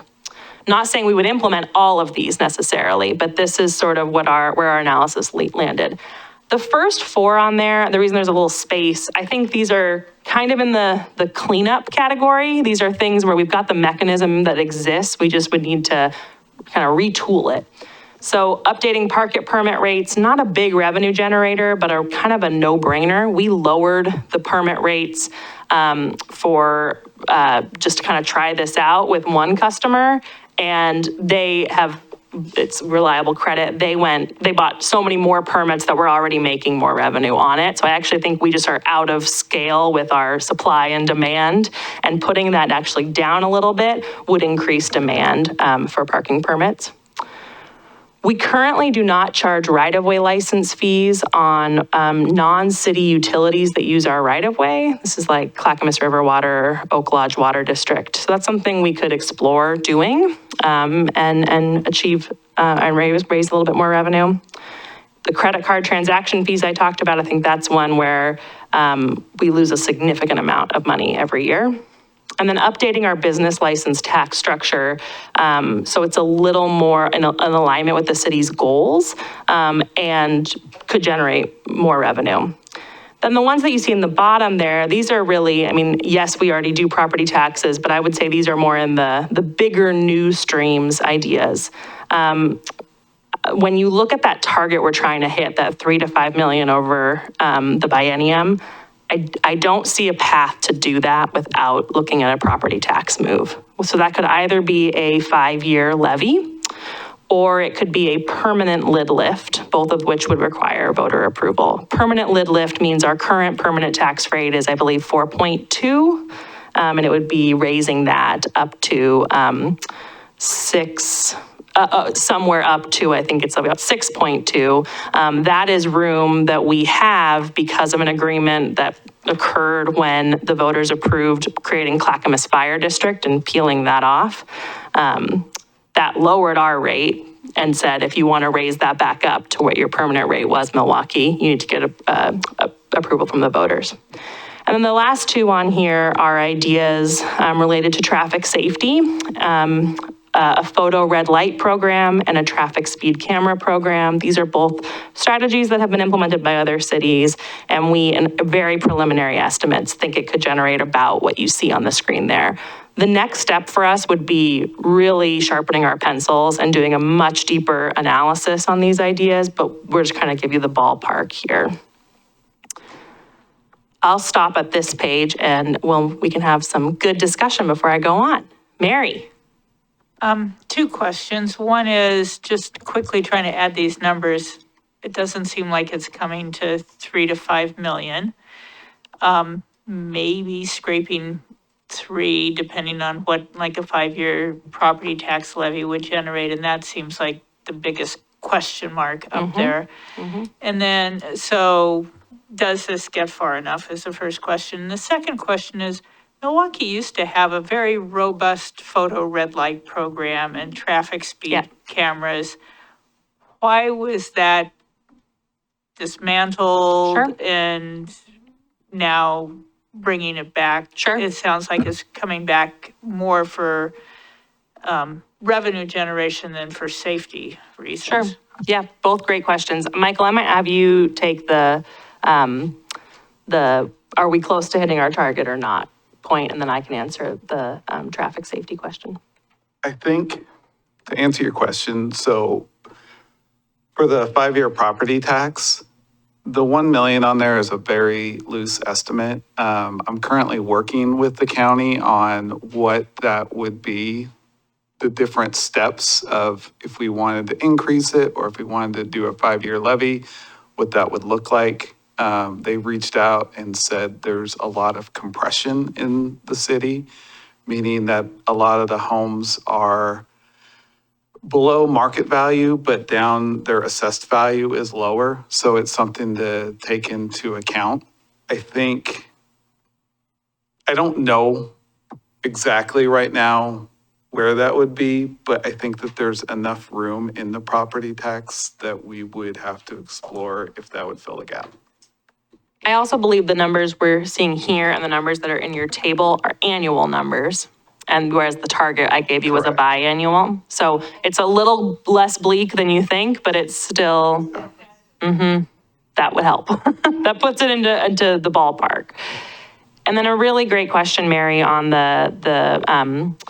the traffic safety measures, and I had a good conversation with the mayor on that topic today too. I think this has been an interesting trend in cities and other cities I've worked in over the last decade, where it was kind of in favor, fell out of favor, and now is sort of coming back into favor, as I think we're seeing from a safety side, that we do still have significant traffic safety concerns. You know, I worked in Portland, it's a Vision Zero city, so it's trying to achieve 0 traffic fatalities, and instead their traffic fatality number keeps climbing and climbing. And what they have found is enforcement is the number one strategy for changing behavior and creating safer conditions. I do think, we're trying to be really transparent here. We are bringing this up as part of a revenue conversation, but I think why these ideas are appealing to us, and this is one of the criteria on the list, is the sort of co-benefits or alignment with city values and city goals. So our police department is not willing to say right now, yes, let's go do this, but is intrigued by exploring the idea because of the co-benefit it could have for, one, shoring up some stability for public safety funding, but two, creating safer conditions on some of our streets, particularly for folks who travel through Milwaukie, but maybe don't live in Milwaukie, and then maybe enabling our traffic safety patrol officers to patrol the neighborhoods. One difference with the previous model, I believe, and people who have been around longer can tell me if I'm wrong, but that was a photo radar van that was staffed by a police officer. These would both be unmanned pieces. They'd be mounted on signals, traffic signals. So we don't have the existing infrastructure We don't, for it? no. It would be different than what was Yes, before? Okay. yep, but great questions. I had a question. I will pass. It'll come back to me, but I don't have it now. Ask a clarifying question. Compression, measure 5 and 50, I get generally, but compression has always been a hard thing to wrap my head around. Is compression an issue both with a levee and a permanent lid lift, or only a levee? I'm not an expert, but I think it's only with the levy. Levee, okay. But I can confirm that. You stole my question, Mayor. With the compression, you were saying there's a problem in the assessed value being lower than what it should be as well. Did I get that right, or? The way I look at it is we have a lot of older homes that Yeah. were here pre-1990s. So their assessed value has grown by measures 5 and 50. We don't have as many new homes coming in, so that I'll talk about Cherokee Farms later, but like them, they're coming in, so they have they're coming in at the market value. So they're at a higher point, a higher tax rate than the older homes that have been here for a while. And I think that difference is called the compression. I don't know if I explained that right. I think there are two types of compressions that we're talking about here too. Okay. There is that training material online. Yes. My question was, do we have enough red light, traffic lights that would generate that amount? Would most of them be on like 224 and McLaughlin? That's something we'd have to, again, sharpen the pencils on in this 'cause next round. Other than them, we don't really have a lot of traffic lights. Yeah, and there'd probably need to be some intergovernmental agreements brokered with the agencies that manage those facilities. So, yeah, these ballparks came from some analysis our police department did as a preliminary, but again, please take all of this with a bit of a grain of salt. We needed to start big and then narrow down and do deeper analysis. They were trying to look at other cities our size and what their programs have produced and generated. So maybe they have more traffic lights than we do, and we haven't done that comparison, but this is just kind of ballpark. I can just tell you anecdotally that I see a lot of red light running at McLaughlin and River Road. It's gotten better. I mean, it got really bad in the pandemic. I think just enforcement was down everywhere. And so red light running on McLaughlin got to be like a contest, I think. And it's better now than it was at the worst, but I still see it quite a bit. Can I clarify here? Because you do split these into two buckets. Yeah. Would you require 4 new FTE for both of these programs, or is it 2 total? That's a great question. And I think that's part of the thing we'd have to sharpen the pencil on. So I don't want to say exactly one way or the other. I think I would hope that we could do it with like an FTE added to our court and an FTE added to our police department. And we might have to monitor and see what demand does. But I think if we took either or, it would also be 1 and 1. But I'm hopeful that if we were to take both, it's a similar enough stream of work that with the 2 FTE, you can manage it. And do these numbers take into account it's after FTE or no? So I think about the cost of 2 FTE versus the revenue that we earn. We're losing. I believe that was net revenue Okay. generated. Okay. So after the costs of infrastructure and of additional administrative costs. We're Okay. looking at a net addition of 350, 400. Okay. And one last clarifying question is the speed cameras are not necessarily at intersections. This would be randomly through the city we're throwing, or maybe not randomly, but throughout the city, we're policing speed to see if people are going over 25 miles an hour, maybe 20 miles an hour by then, but I think that's correct. I'm not sure what the regulations are as to what kind of infrastructure you can place enforcement cameras on, but that's totally the type of thing we can come back as we take these ideas further. Something else to keep in mind is that with the camera cost, there's implementation cost too. So it might take a year that we're going to have to pay for the infrastructure for the cameras and the necessity to get it before we ramp to this level. if I may, Chair, I guess one thing that I'm interested in is how much these programs change behavior and what that does. I know you mark it as volatile, but after 10 years of these programs or 5 years of these programs, are we still expecting the same return on investment or? It's an excellent question. It's something we can ask the police department about. Okay. And I guess the other thing that I wonder is, and I hate to do this to you, Michael, as we think about a program that is so clearly tied to one of our values as our city with pedestrian and bicycle and just multimodal safety, I do wonder about tying some of these funds into direct improvements. If you set aside some funds for our STIP program or our SAFE program or some supplementing those programs, I think there's a clear, as I think about how we market this to residents, I do think it's important that they see a clear, we all on the dais can see a connection between these taxes and our larger goals, but I think there's a good from the revenue. Yep. Yeah.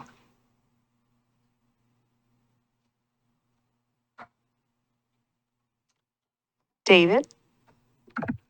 Just a small comment just on just increasing policing in these kind of areas. I just want to point out that a lot of these like credit card transaction fees, increasing policing for traffic stuff. I just want to point out that has provenly disproportionately impacts people of lower economic impact status. So while I know there is a desire to get as much money as possible from people, just that I hope that council takes into account the disproportionate impact on lower income individuals. I think on the spreadsheet, there is a line to that, how it affects, I think it's to equity. Oh, To be structured equitably in the middle of the page, David? okay.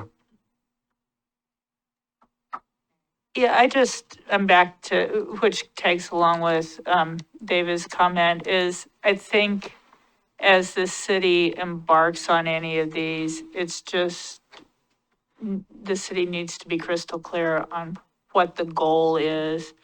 Because like implementing a photo red light program or traffic speed cameras, if you're implementing it for safety, you're going to do like Beaverton sends people to online school, or it gives people that option for their first offense.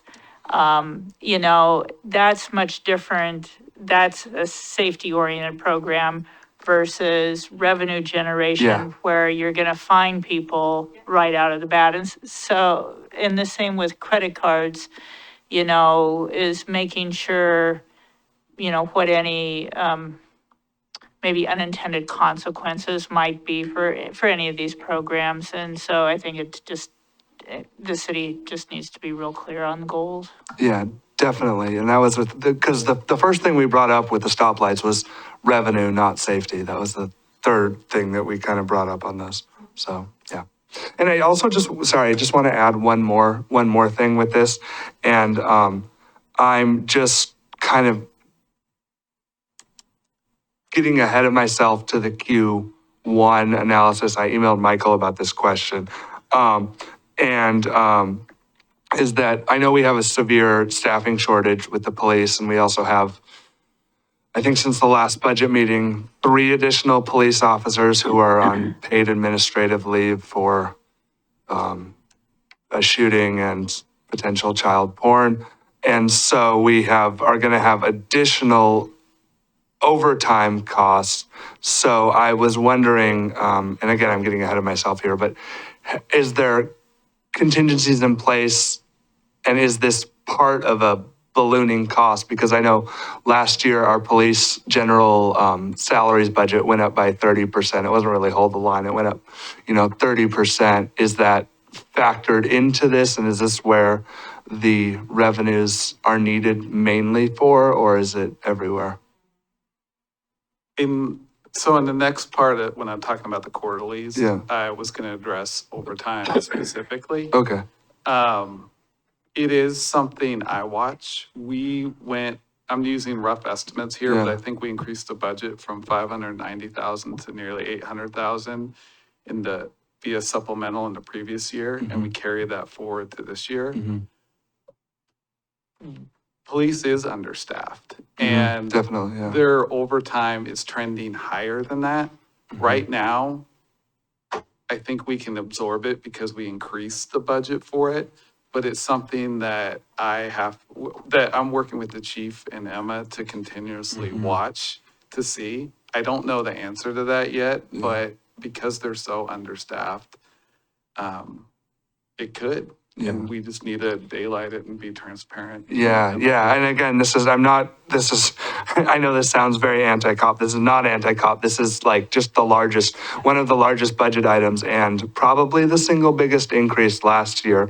And I just want to make sure that we're addressing, if we think, adding an extra police officer on this will increase something, but then we end up incurring all this overtime because we have, 20% of our staff is on leave right now or something like that. Something the payroll clerk tells me is if we hire just 1 or 2 more police officers, the amount it would reduce overtime costs because we'd be paying them regular pay instead of overtime, which makes 100% sense. But it's hard with police because it's hard to find police. They have to go through the training. They have to go through the year of the background. And I wish it was that easy, but it's not. And I know that Chief is working to really recruit and look for police. And they're always looking for lateral moves for that so that we can bring the overtime costs down. It's just hard. And I just want to encourage folks, tomorrow night at council, Chief Burdick and I will be giving an update on sort of the state of the department, our vision and values, how we're operationalizing that and speaking to a lot of this. These are great questions, David.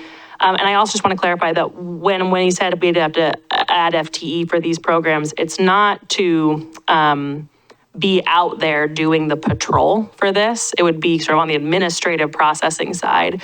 I completely appreciate your great questions about equitable design, and those are questions we absolutely will have to ask and ask to you as you decide whether or not we move forward with these.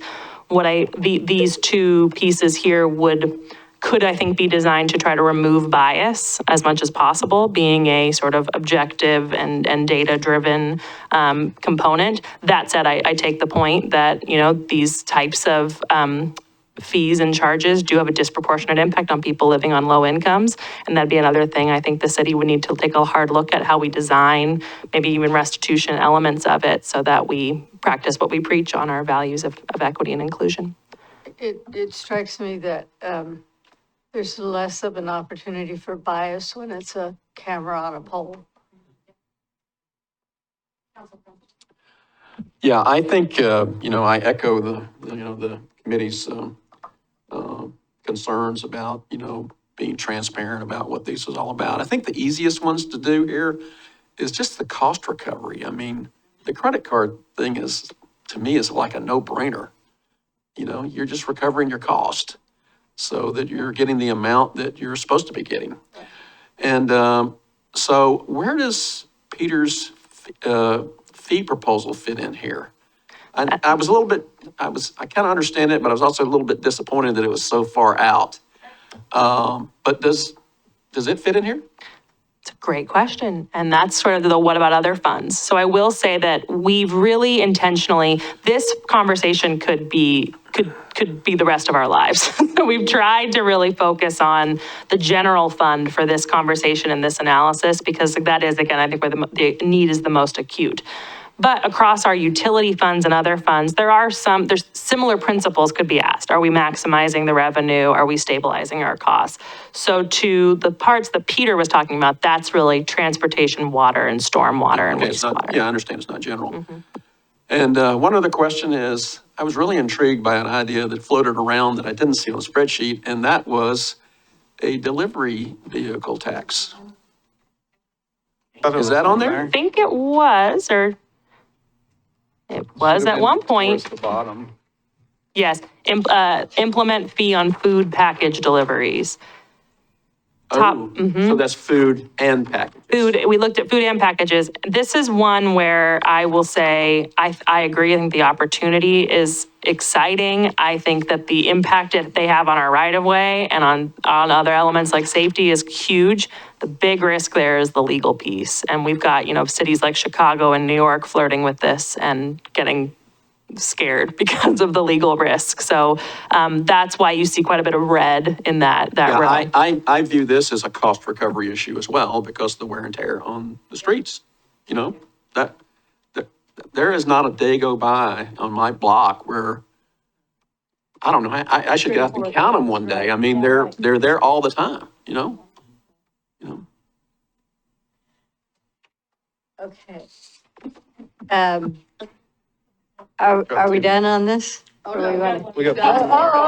Oh, my God. Go ahead. So who was first? I didn't see. To Council President Massey's point, one other fee that I'm not seeing on here is a gas tax increase locally. I know Portland has one. Was there any thought about that?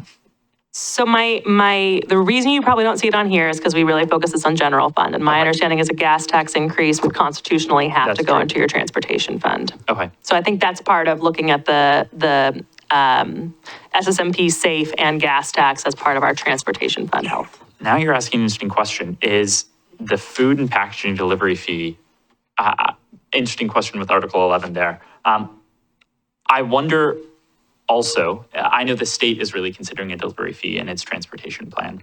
And are we thinking or tracking any developments in the state and how that might overlap? Like I could see if we pass a $1 delivery fee and the state passes a $1 delivery fee, the unintended consequences kind of double and add up as we think about all these actors talking about taxes.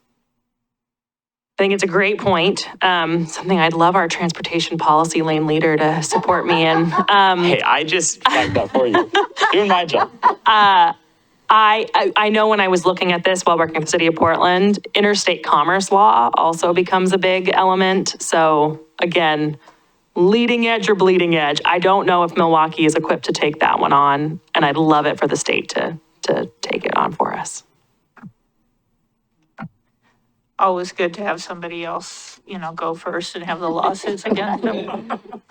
So I happened on a conversation with some local business owners when I was downtown a couple weeks ago, where there was a fair amount of interest in this, implementing the tax on vacant properties.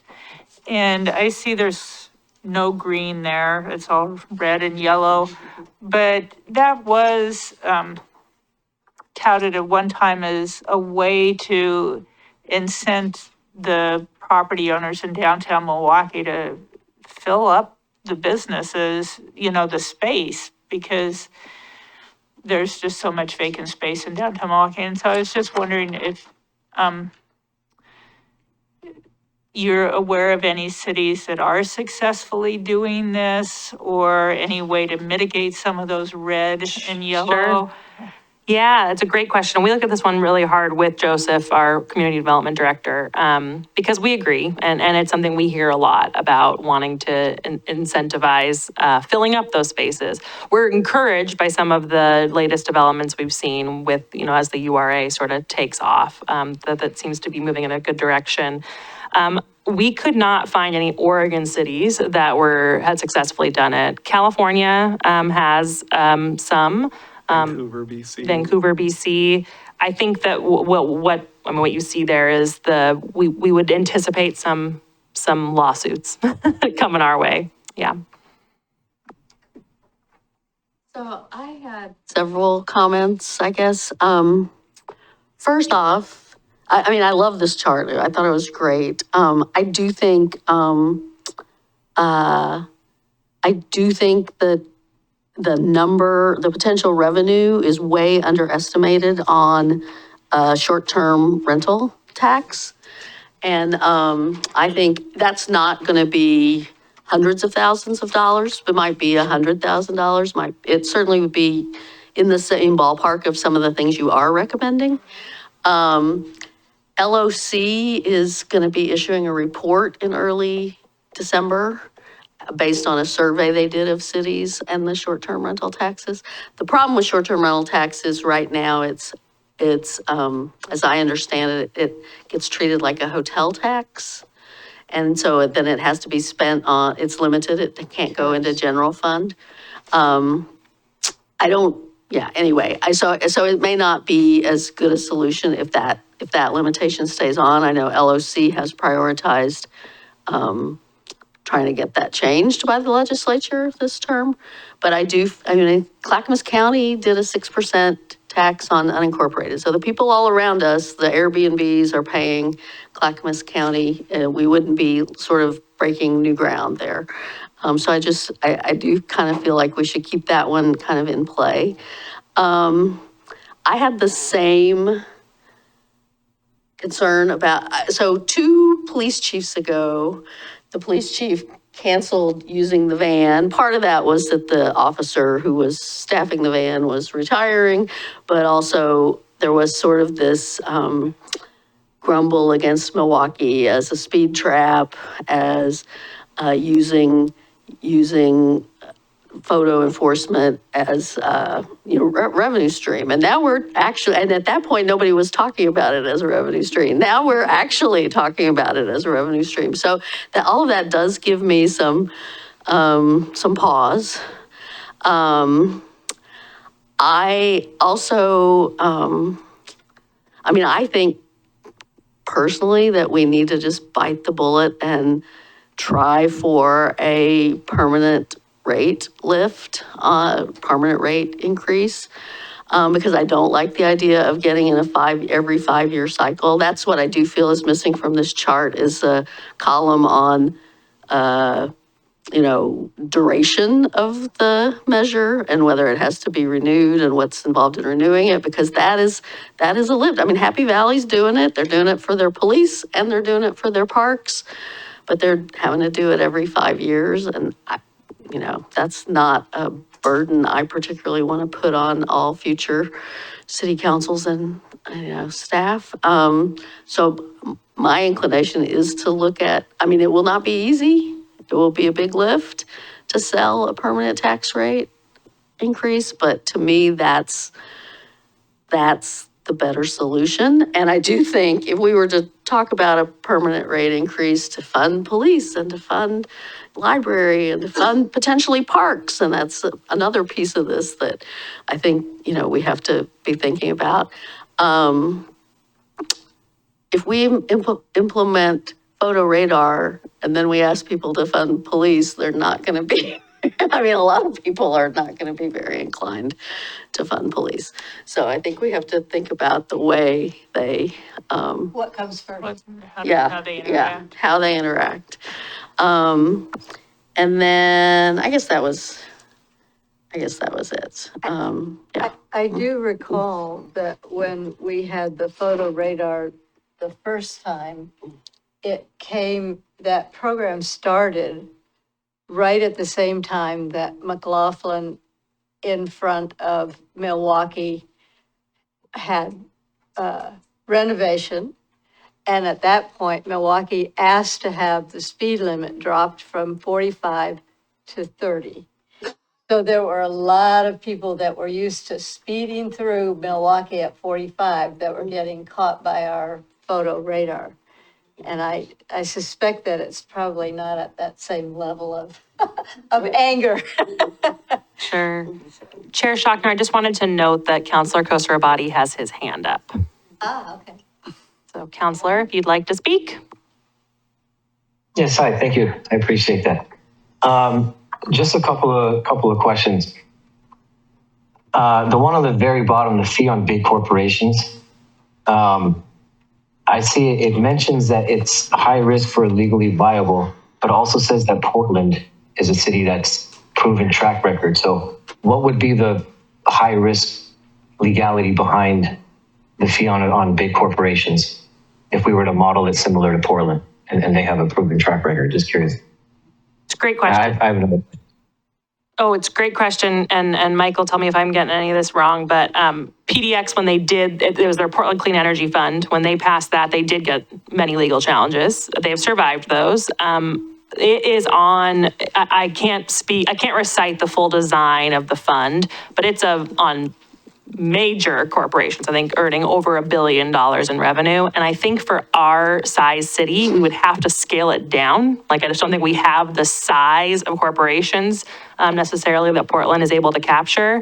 And so I think that we would assume there may be, the same nature of lawsuits they saw in Portland, or even, since it would be maybe on some smaller, large corporations, some risk there. But I take your point. I don't think it's it's not an unproven strategy, but it's definitely one that folks with funds would want to fight, if that makes sense.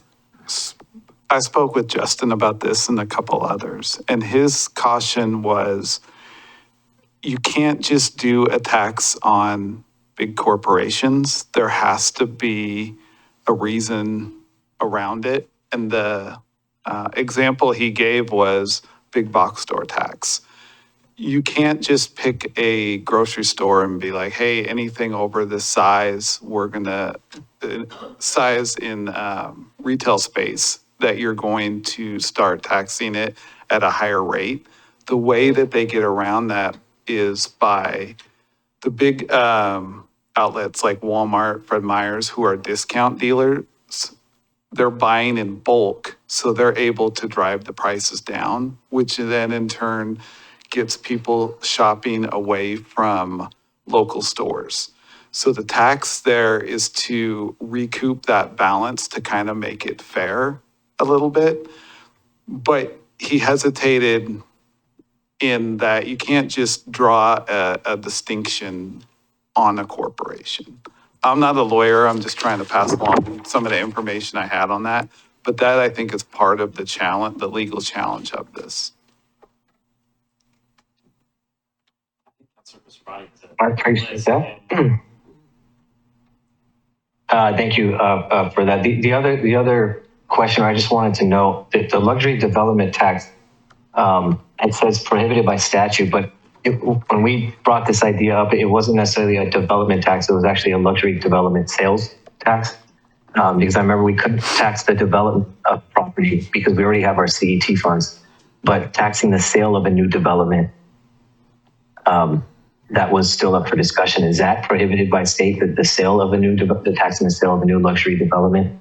Or is that, or is this just specific to taxing the development itself and not the sale of it? Thanks for the question, Counselor. Again, we are not the lawyers, but we did consult the lawyer on this one, and his advice to us was that it is both the development and the sale of real estate is prohibited by statute in Oregon. I can ask that he follow up with more details on that for you, but Michael, is that an accurate That's summation? accurate. And the way he explained it to me is that settled law in the state, and I think it's in the Constitution, so you cannot change it.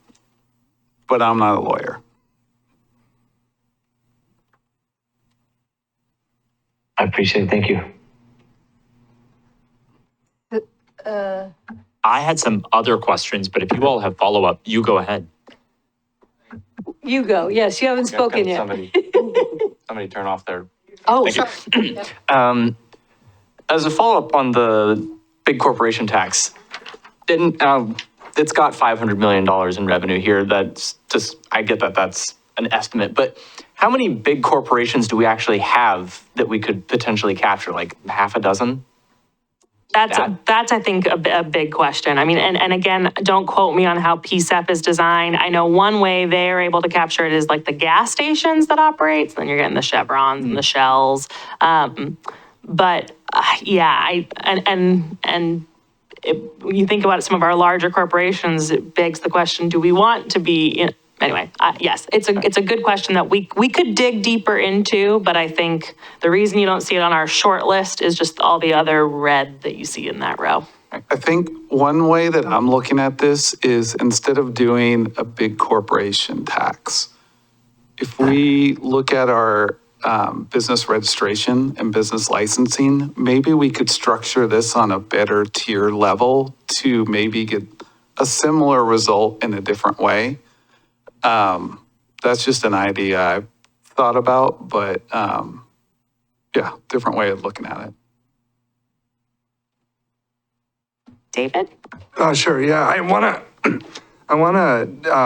echo Mayor Beatty's statement to a certain extent, or not to a certain extent, exactly what Mayor Beatty said regarding like a permanent cap raise, and just mention that this is again just my opinion, but we kind of have like, I feel like we kind of have like three categories here, which is cost recovery items, which, you know, as Councilor Massey said, are, you know, easier ones to implement. Then we have things that are probably potentially incurring legal challenges like the corporation tax or big business stuff. And then kind of the other area is stuff that's left to the voter. And I wanted to echo it in the sense of like, there's a lot of things, and this is again just my opinion, where the council will propose a tax or a fee. I remember there was a water environmental fee a couple of years ago that I remember had a pretty robust community comments section, to say the least. And you know, a lot of these things that maybe council approves are going to be deeply unpopular. And there's a lot of expenses right now that everyone's going through, and that I just want to say that like the property tax levy, cap raises, when you're leaving those kind of major things, which is really what we have to do to hit those 3 million marks. You know, we can do all we want for single occupancy tax for an Airbnb fee or whatever, but in the end, we've got 5-10 Airbnbs in all of Milwaukee. That leaving it up to the people does seem like a good idea. And if, you know, the will is rejecting it, then we have to incur costs and look at where the majority of the costs are. There's 40? Wow. Really? Wow. But they're not all going to be very full. Yeah, for Summer, I have two friends. Microphone. I mean, I have a friend who does Airbnb, Yeah. an ADU at her home, and, you know, I think it's Oh, that's largely great. a Okay. summer thing. For but- some reason, I remember hearing a number somewhere that was like, it Well, was 3. So there's a limited number of whole home That might be, okay. Airbnbs, because that, if you're doing your whole home, you have to go through planning department. Got it. And you That have to might be get a what- planning okay. approval, so Yeah. there's only a handful of those. Yeah. But if you're doing an ADU, or you're doing a Yeah, room, or for you're sure. doing, Okay. then you don't have all that. Yeah, And that might I be- went online today and just looked, and there was about 40. Gotcha. Okay, thank you. But yeah, I just wanted to say that, like, you know, we talk about these big expenses, and again, a $2 expense is a big expense to certain people, and, you know, property tax is hard, but it, you know, disproportionately impacts higher class individuals, and it's something that's left up to the people. So yeah, I think that would generally be a more popular avenue. My biggest critic is my wife at home, who tells me this, so I am fully and well aware of it. It's just the trade-off of city services, what we need, and how do we pay for it? All right, Counselor Anderson. I do think we have to remember this is pre-Milwaukie Bay Park. So afterwards, we're going to see a lot more Airbnbs. Thank you, Robert. The thing that fortuitously, I was talking with my roommate about this really interesting work by T.R. Reid about how we do tax policy in the United States. And this work basically says if we want to do systemic changes, it's best to do it all at once, strip the Band-Aid off. And I think a lot, Member Chitzazan, you were raising this point. The inequities in our taxing system, I think, are really profound. And when we see this kind of color-coded look at equity, it doesn't give us that full picture. And I think one thing I really want to see as we start to look at penciling some of these things out is what would the average tax burden be on a low-income Milwaukeean, on someone at the AMI, on someone beyond that? And not just dollar figures, but also in percent of their total income. And I think it's good and fine to talk about how these change that tax burden in the abstract. But I think this implicates our goal conversation too. It is a really, I want to acknowledge, challenging lift to say, how do we restructure our tax base as a city in the confines of our taxing authority? We can't go out for different revenue streams, yes. But I think it's a worthwhile goal if we're having this larger conversation. So as we progress, I just ask that we maybe see those numbers and ground it in that. Such an excellent point. And I'm not seeing any more geese, so I might try to summarize some of the feedback that I think I've heard and where we go next. So what I'm taking away from this is the things we put on the list, we should continue to sharpen our pencil around. Again, that's not we're going to do all of these, because one of the big takeaways I have is you want us coming back with some strategic thinking and some option sets around what bundle or what sequence of moves would make sense and what the pros and cons of those might be, because some of the bigger moves on here, we might actually need to do without doing a lot of the smaller moves or vice versa. So we will do that thinking. Second is equitable design. I totally take your point. That column was a start, but a very poor start into sort of the true nuances of equity in these various things. So we need to take all of these through that equity lens. And I love your idea of coming back with real numbers or percent impacts on folks who are low AMI. The one that I heard to add back on the list for some further analysis is the potential short-term rental one, again, because I think I had not done my Airbnb sleuthing like the mayor had, and that's really intriguing to me. So I think with all of that, that's sort of our marching orders, and by our next meeting with you, which is February 10th, we come back with that more robust analysis and some actual recommendations around implementation for you to chew on. We won't pack as much into that meeting, I promise, so we can really talk a lot about this. We also know that any of this is going to require robust communication around it. The why, the what is at risk, the equity elements. So that's all in motion and a huge piece that we'll be bringing back as well. And Michael's going to end tonight talking a little about the quarterly. We only have the Q1 for you. You don't know a lot about your forecast after one quarter, but every quarter we're going to get smarter and smarter and smarter about that forecast, and we'll be able to see trends in revenue and expenditure. So we'll just have a clearer crystal ball about where we really need to go.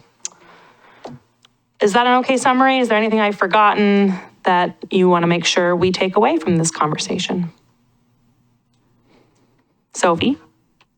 I feel like I just want to add something, which I don't know exactly the appropriate way to say this, and I don't want to be alarmist or partisan or whatever, but like we have a new president who has a new administration that's not going to prioritize the same things that are part of Milwaukee's goals.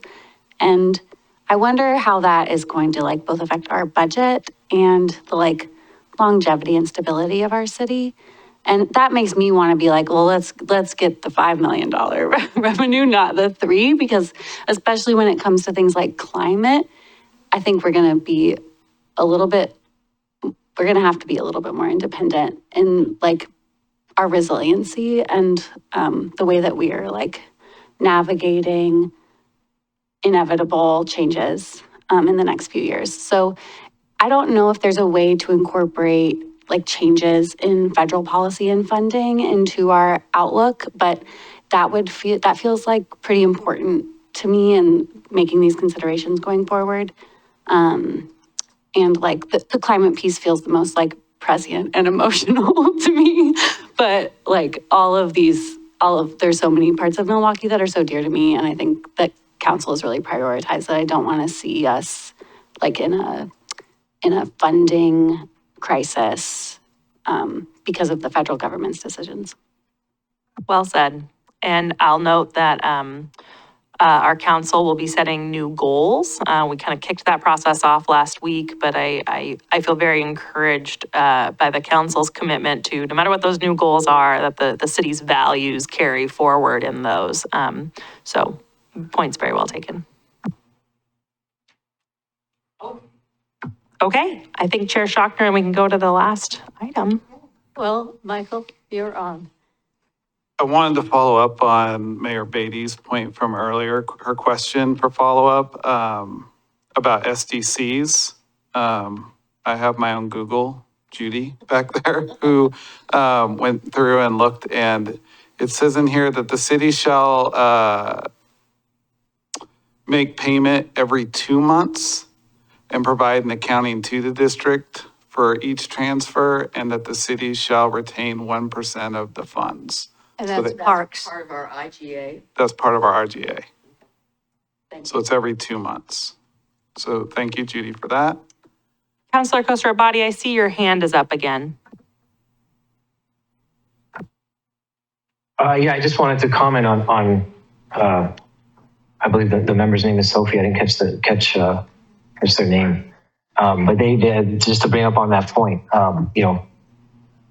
whatever we can do to, it feels like the tax increase is where this is headed. Anything that we can do with these other options that we have to chip away at what that increase needs to be, because I along with that new incoming administration, things are probably more likely to get worse before they get any better.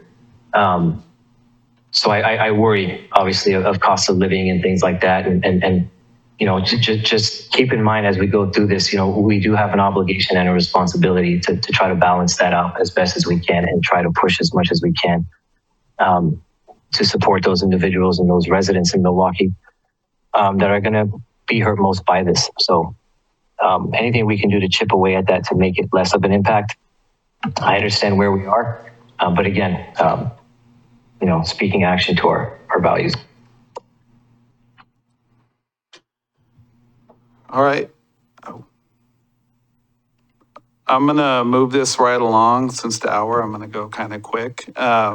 I emailed out all of the questions and I got feedback from David, but if you have any other questions on the quarterlies as we go through, email them to me, but I'll go quick here. This is a little joke that I had. Driving in the other day, I saw our revenue problems are solved by the pot of gold at the end of the rainbow, which is directly on City Hall. So we've solved our revenue problems. And I just want to note, I was at a stop sign when I took this picture, so I was not moving. Yeah. So this is for an update for the first quarter of 2025, and that's ending September 30th, 2024. I just wanted to update you all. We are in audit season. Right now, our auditors are on site for field work. They started last week. They're with Moss Adams. They went last week and this week. They had been out earlier in August for field work. This time they're looking through our financials and doing all their testing. We are on track to issue by 12/31/2024, which is a huge goal that I had. In the past couple months or a couple of years, we've been into March, but thankfully there was no Gadsby pronouncements this year, so there was no additional lifts that we had to do.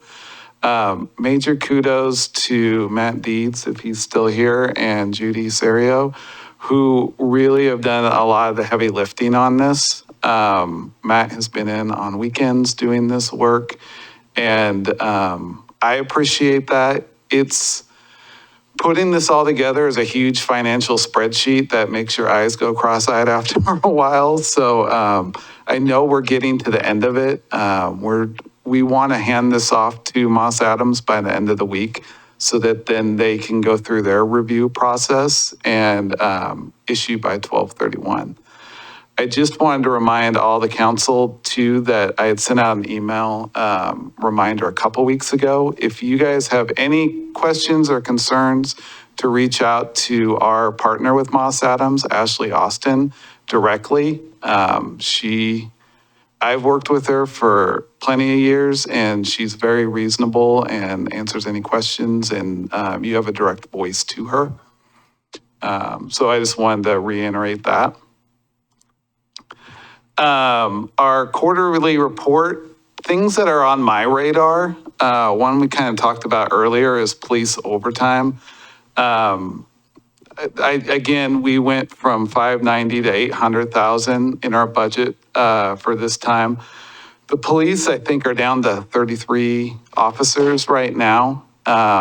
We have one that came back to light duty recently, but I know that they're stretched thin. So overtime is something that I'm watching. It's expensive. Right now, it's in our radar, budget radar, but it could go up. It's just something that I'm going to continue to monitor and let you all know about. If you got a question, Will? Does the police contract, well, I guess what's the balance that they get between time and a half and double time in their overtime payments? I'm not an expert on that. If you send me an email, I can let you know. You don't even have to send an email. We'll write it down and we'll follow back. Yeah. Wonderful. Yeah. Or Matt, if he's still here, can add that to our list for follow-up. So that's just something we're continuing to watch. As Emma said earlier too, that we have a union contract, which we're very excited about. I believe that goes to council tomorrow night. I can share that the contract is a 6% COLA increase in year one, a 2% increase in year two, and then a mid-year on 12/31 additional 2% increase. So it is within the budget that we adopted in June. So we are budgeted for this. In looking at Q1 numbers, the COLA is not reflected in our numbers in Q1 because that starts on 12/13, and there's also a retro pay back to July 1st. All that will be in quarter two. So our quarter one numbers are trending where we projected, but in quarter two is going to be when we see the hit of this contract. Third is I also wanted to bring up Cheragino Farms. I learned something recently when the county called me and said, we need a resolution to start the property tax clock on Cheragino Farms. I'm not using the correct terminology, but much like we do when we do liquor tax or state gas tax and things, when we do the resolution as the budget committee at the beginning to accept those funds, we also need to do a resolution to accept those funds to start the county to start assessing those funds. I didn't realize that.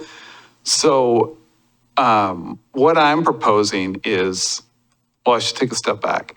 In the resolution from pre-2020, there was one that called up for, as Cheragino Farms came on, that we would ramp up our property tax scale over a 10-year period to get from 0 to 100. What I'm proposing is that we accelerate that percentage going forward so that we recoup and make ourselves whole on the money that we missed in the last fiscal year, to recoup that. So I'm using general. Are you saying they have not been paying property tax? They have not, because in the agreement, which Holy I can cow. bring up, in years 21, 22, 23, it was at 0. In year 24, they were supposed to be at 14.3. And then it gradually goes up from there to the end where in 2030, they're at 100%. What I'm proposing is if we change this so that in next year, 2025, we take the 14% from the previous year and the 28% that we're going into the next year, add those together to make up for it. If I can just chime in here, because folks might be a little confused about this. So Cherokee Farms was a development that was built.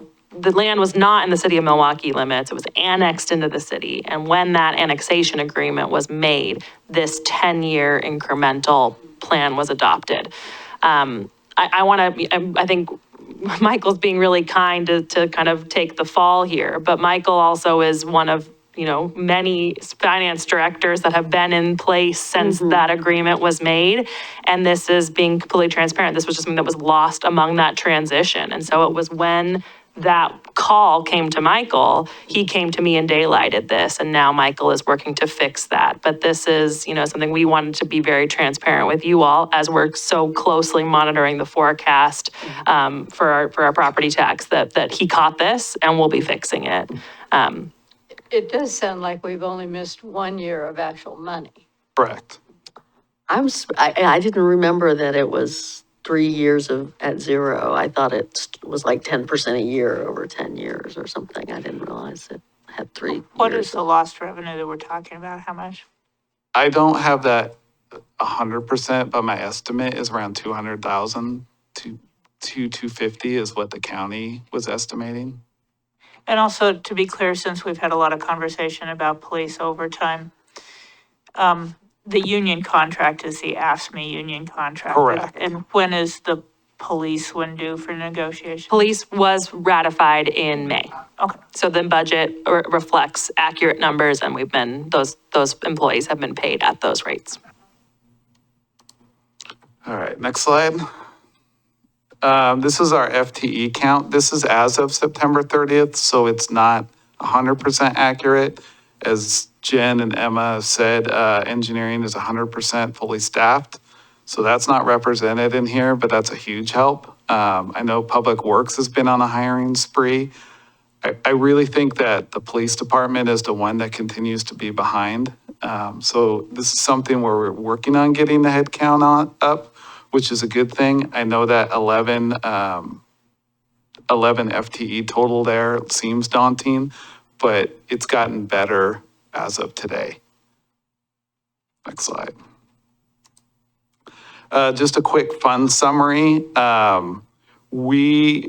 So the biggest change is in the general fund that fell 4.7 million. That is due to we don't receive our big majority of revenues until December, and that's property tax payments. We got recently a note from the county that our property tax payment is on schedule. I think it's between a 2.9 and 3.1% increase from the previous year. And we're expecting 11.4 million to come in from that over between December and February of next year. So that will be a big influx of cash that we'll see in the next quarter. Also, transportation fund had a reduction in balance. That's because of all the work that they're doing, the Washington Street improvements, all of the transportation and CIP projects, they're starting to ramp up and you see those dollars going out the door. And the URA is the grant program that Joseph's working on to get that money out the door. So we're starting to see monies coming out of that as well. Next slide. This is just a brief summary on general fund revenues. Again, property taxes, we're getting those in December, so it looks very small then. The franchise fees and intergovernmentals, we're starting to get those in now. We haven't done accruals yet on these, which if we had more time, I would have loved to have put them in to show more apples to apples, but those will catch up in the next quarter. Other things, fines and forfeitures and license and permits are trending up above budget. And our investment earnings, we're continuing to see a higher rate of return than what we had budgeted, but those days are coming to an end as the Fed has, I believe, are cutting rates. Next slide. Expenditures were right on where our target is. You can see the 97% down at the bottom, so we're kind of where we are. The higher cost in public works was due to some parks projects that got delayed and got moved into fiscal year 25. Community development is still understaffed, a couple of positions. The police overtime, I already addressed. And the COLAs will come into this in quarter two. So, I think starting in quarter two, we'll start seeing a more accurate picture of where we're at. Why is library so low? That is a great 42%? question. I can follow up with that. Nothing comes to mind off the top of my head, but I'll let you know. Next slide. This is just kind of a summary of where we're going by line item. Personal services, we're right on at 95%. Again, we budgeted for the COLA increase, but we budgeted for those in contingency. So in February or middle of next year, we'll come back to you with a supplemental budget to bring those monies from contingency up into the wages, so it will still track for personal services. Materials and services is a little below. We're trying to keep those down as much as we can. I will say we front load some of our payments, so we pay for things at the beginning of the year. So that might be trending a little higher, but we are trying to watch our M&S budget. Capital outlays is going big. Again, that's because we're doing CIP projects and spending those dollars. And debt service payments come out in quarter two. So we'll start to see those going. Our 5-year forecast, this is extremely small, so I apologize, but it hasn't really changed since we adopted the budget. We're kind of where we are, where we're starting to go in year 3 into the red, and in year 4, we have fund balances. So nothing has changed from the budget we did in June and from when we talked in August. This is the crystal ball. This is the crystal ball that will get clearer and clearer as we go further into the fiscal year. So that's my quick synopsis on the quarterly. Two other business items I wanted to bring up is I put in my email on chair elections. We haven't done chair elections since 2021, and I think that's part of because turnover in my position that we haven't kept up on that. Typically in the past, we've done them every 2 years. There's no rule that says that it has to be every 2 years. It's kind of at your discretion of when you want to do it. My question that I wanted to propose to everyone is, do we want to do it and when? My suggestions would be we could do it at the next meeting in February if we want to do it, or wait till August, and that's the first meeting of the next biennium. So we go out and do our committee recruitments in spring, and new people, if there's any turnover on this committee, new members would start in August. So my only point to say is if we want to align it with the calendar, we would start that in August. But if we want to do it in February, it's all up to your decision. I think it makes sense to do it in August, and I think that's what we put into the CUAB bylaws also, the first meeting in the first quarter of the year. So, Okay.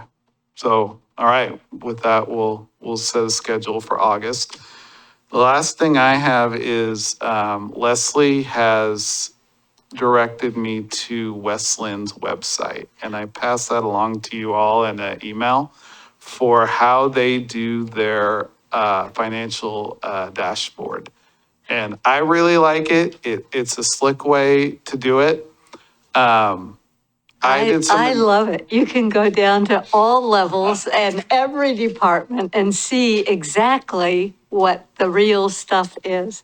I'm just thrilled that we're going to do it, right? Yes, so I did some research, and the vendor that does this works with our current Encode. And so it's a not hard lift, and it's not very much money. And West Lynn is already doing it and talking to our RT team that it's not much to do it. So I'm hoping around spring of next year that we can roll this out.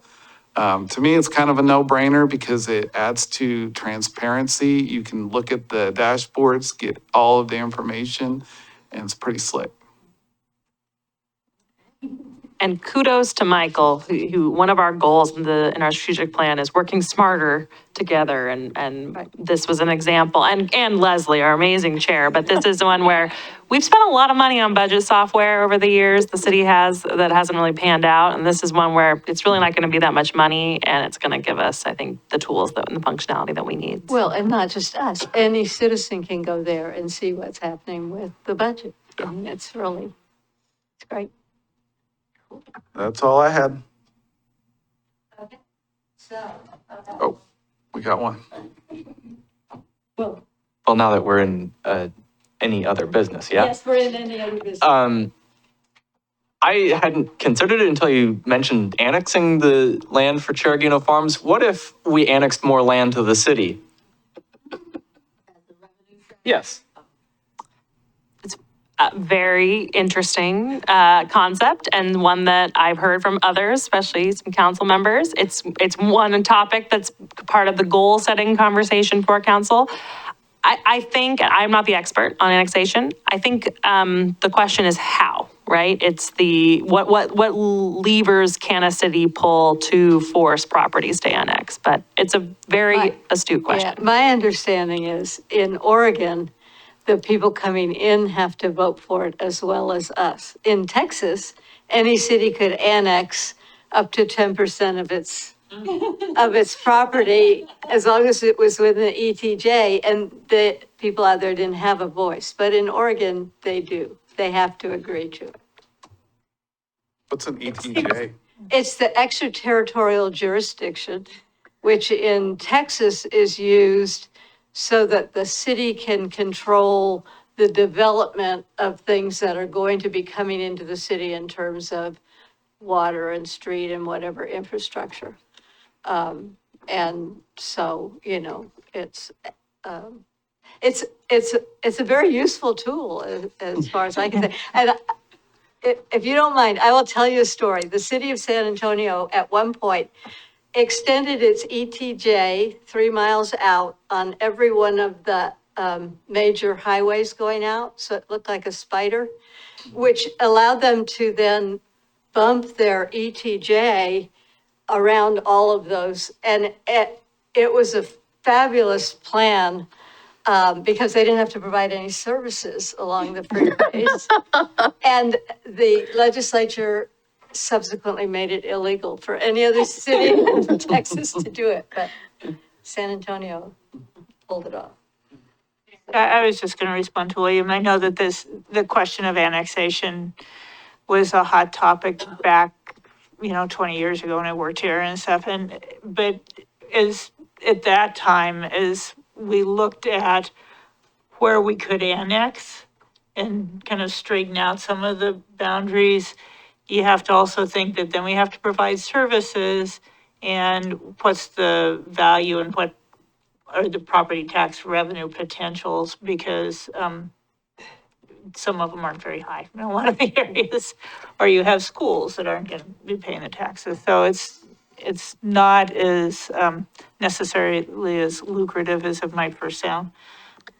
I mean, we do have some big parcels on our eastern border that are undeveloped, and if they develop, you know, I mean, I would like us to be more proactive about trying to get them in the way we did with Cheragino Farms. By bringing in Cheragino Farms, we actually created a little island out there between sort of Lake Road and North Clackamas Parks. And as I understand the law, when it's an island, you can actually annex it without a vote of the people.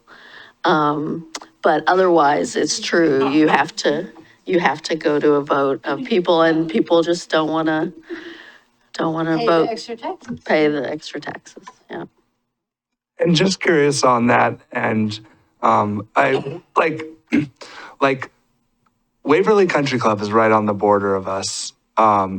Would it then like require, if they were annexed, the approval of the country club itself to come in? I have no idea. I'm just, yeah, Owners, the Got property it. owners. got it. Okay. And I don't know, and. I mean, I'm sure Waverly, I'm sure Waverly wants nothing to do with anything but them. I know the Garthwick neighborhood is definitely part of Milwaukie, or part of Clackamas County. So I was just curious. Yeah. Okay. We got that. We give them their water. So, you know. What? Sorry. We charge them for their water and provide the water. Yeah, exactly. Sorry. You're right. Water's definitely not free here. Did anybody else have anything that they want to raise in the forum? Okay, I will now entertain a motion to adjourn. And? A second. Okay, it's been moved and seconded that we adjourn. All in favor say aye. Aye. Any nays? No.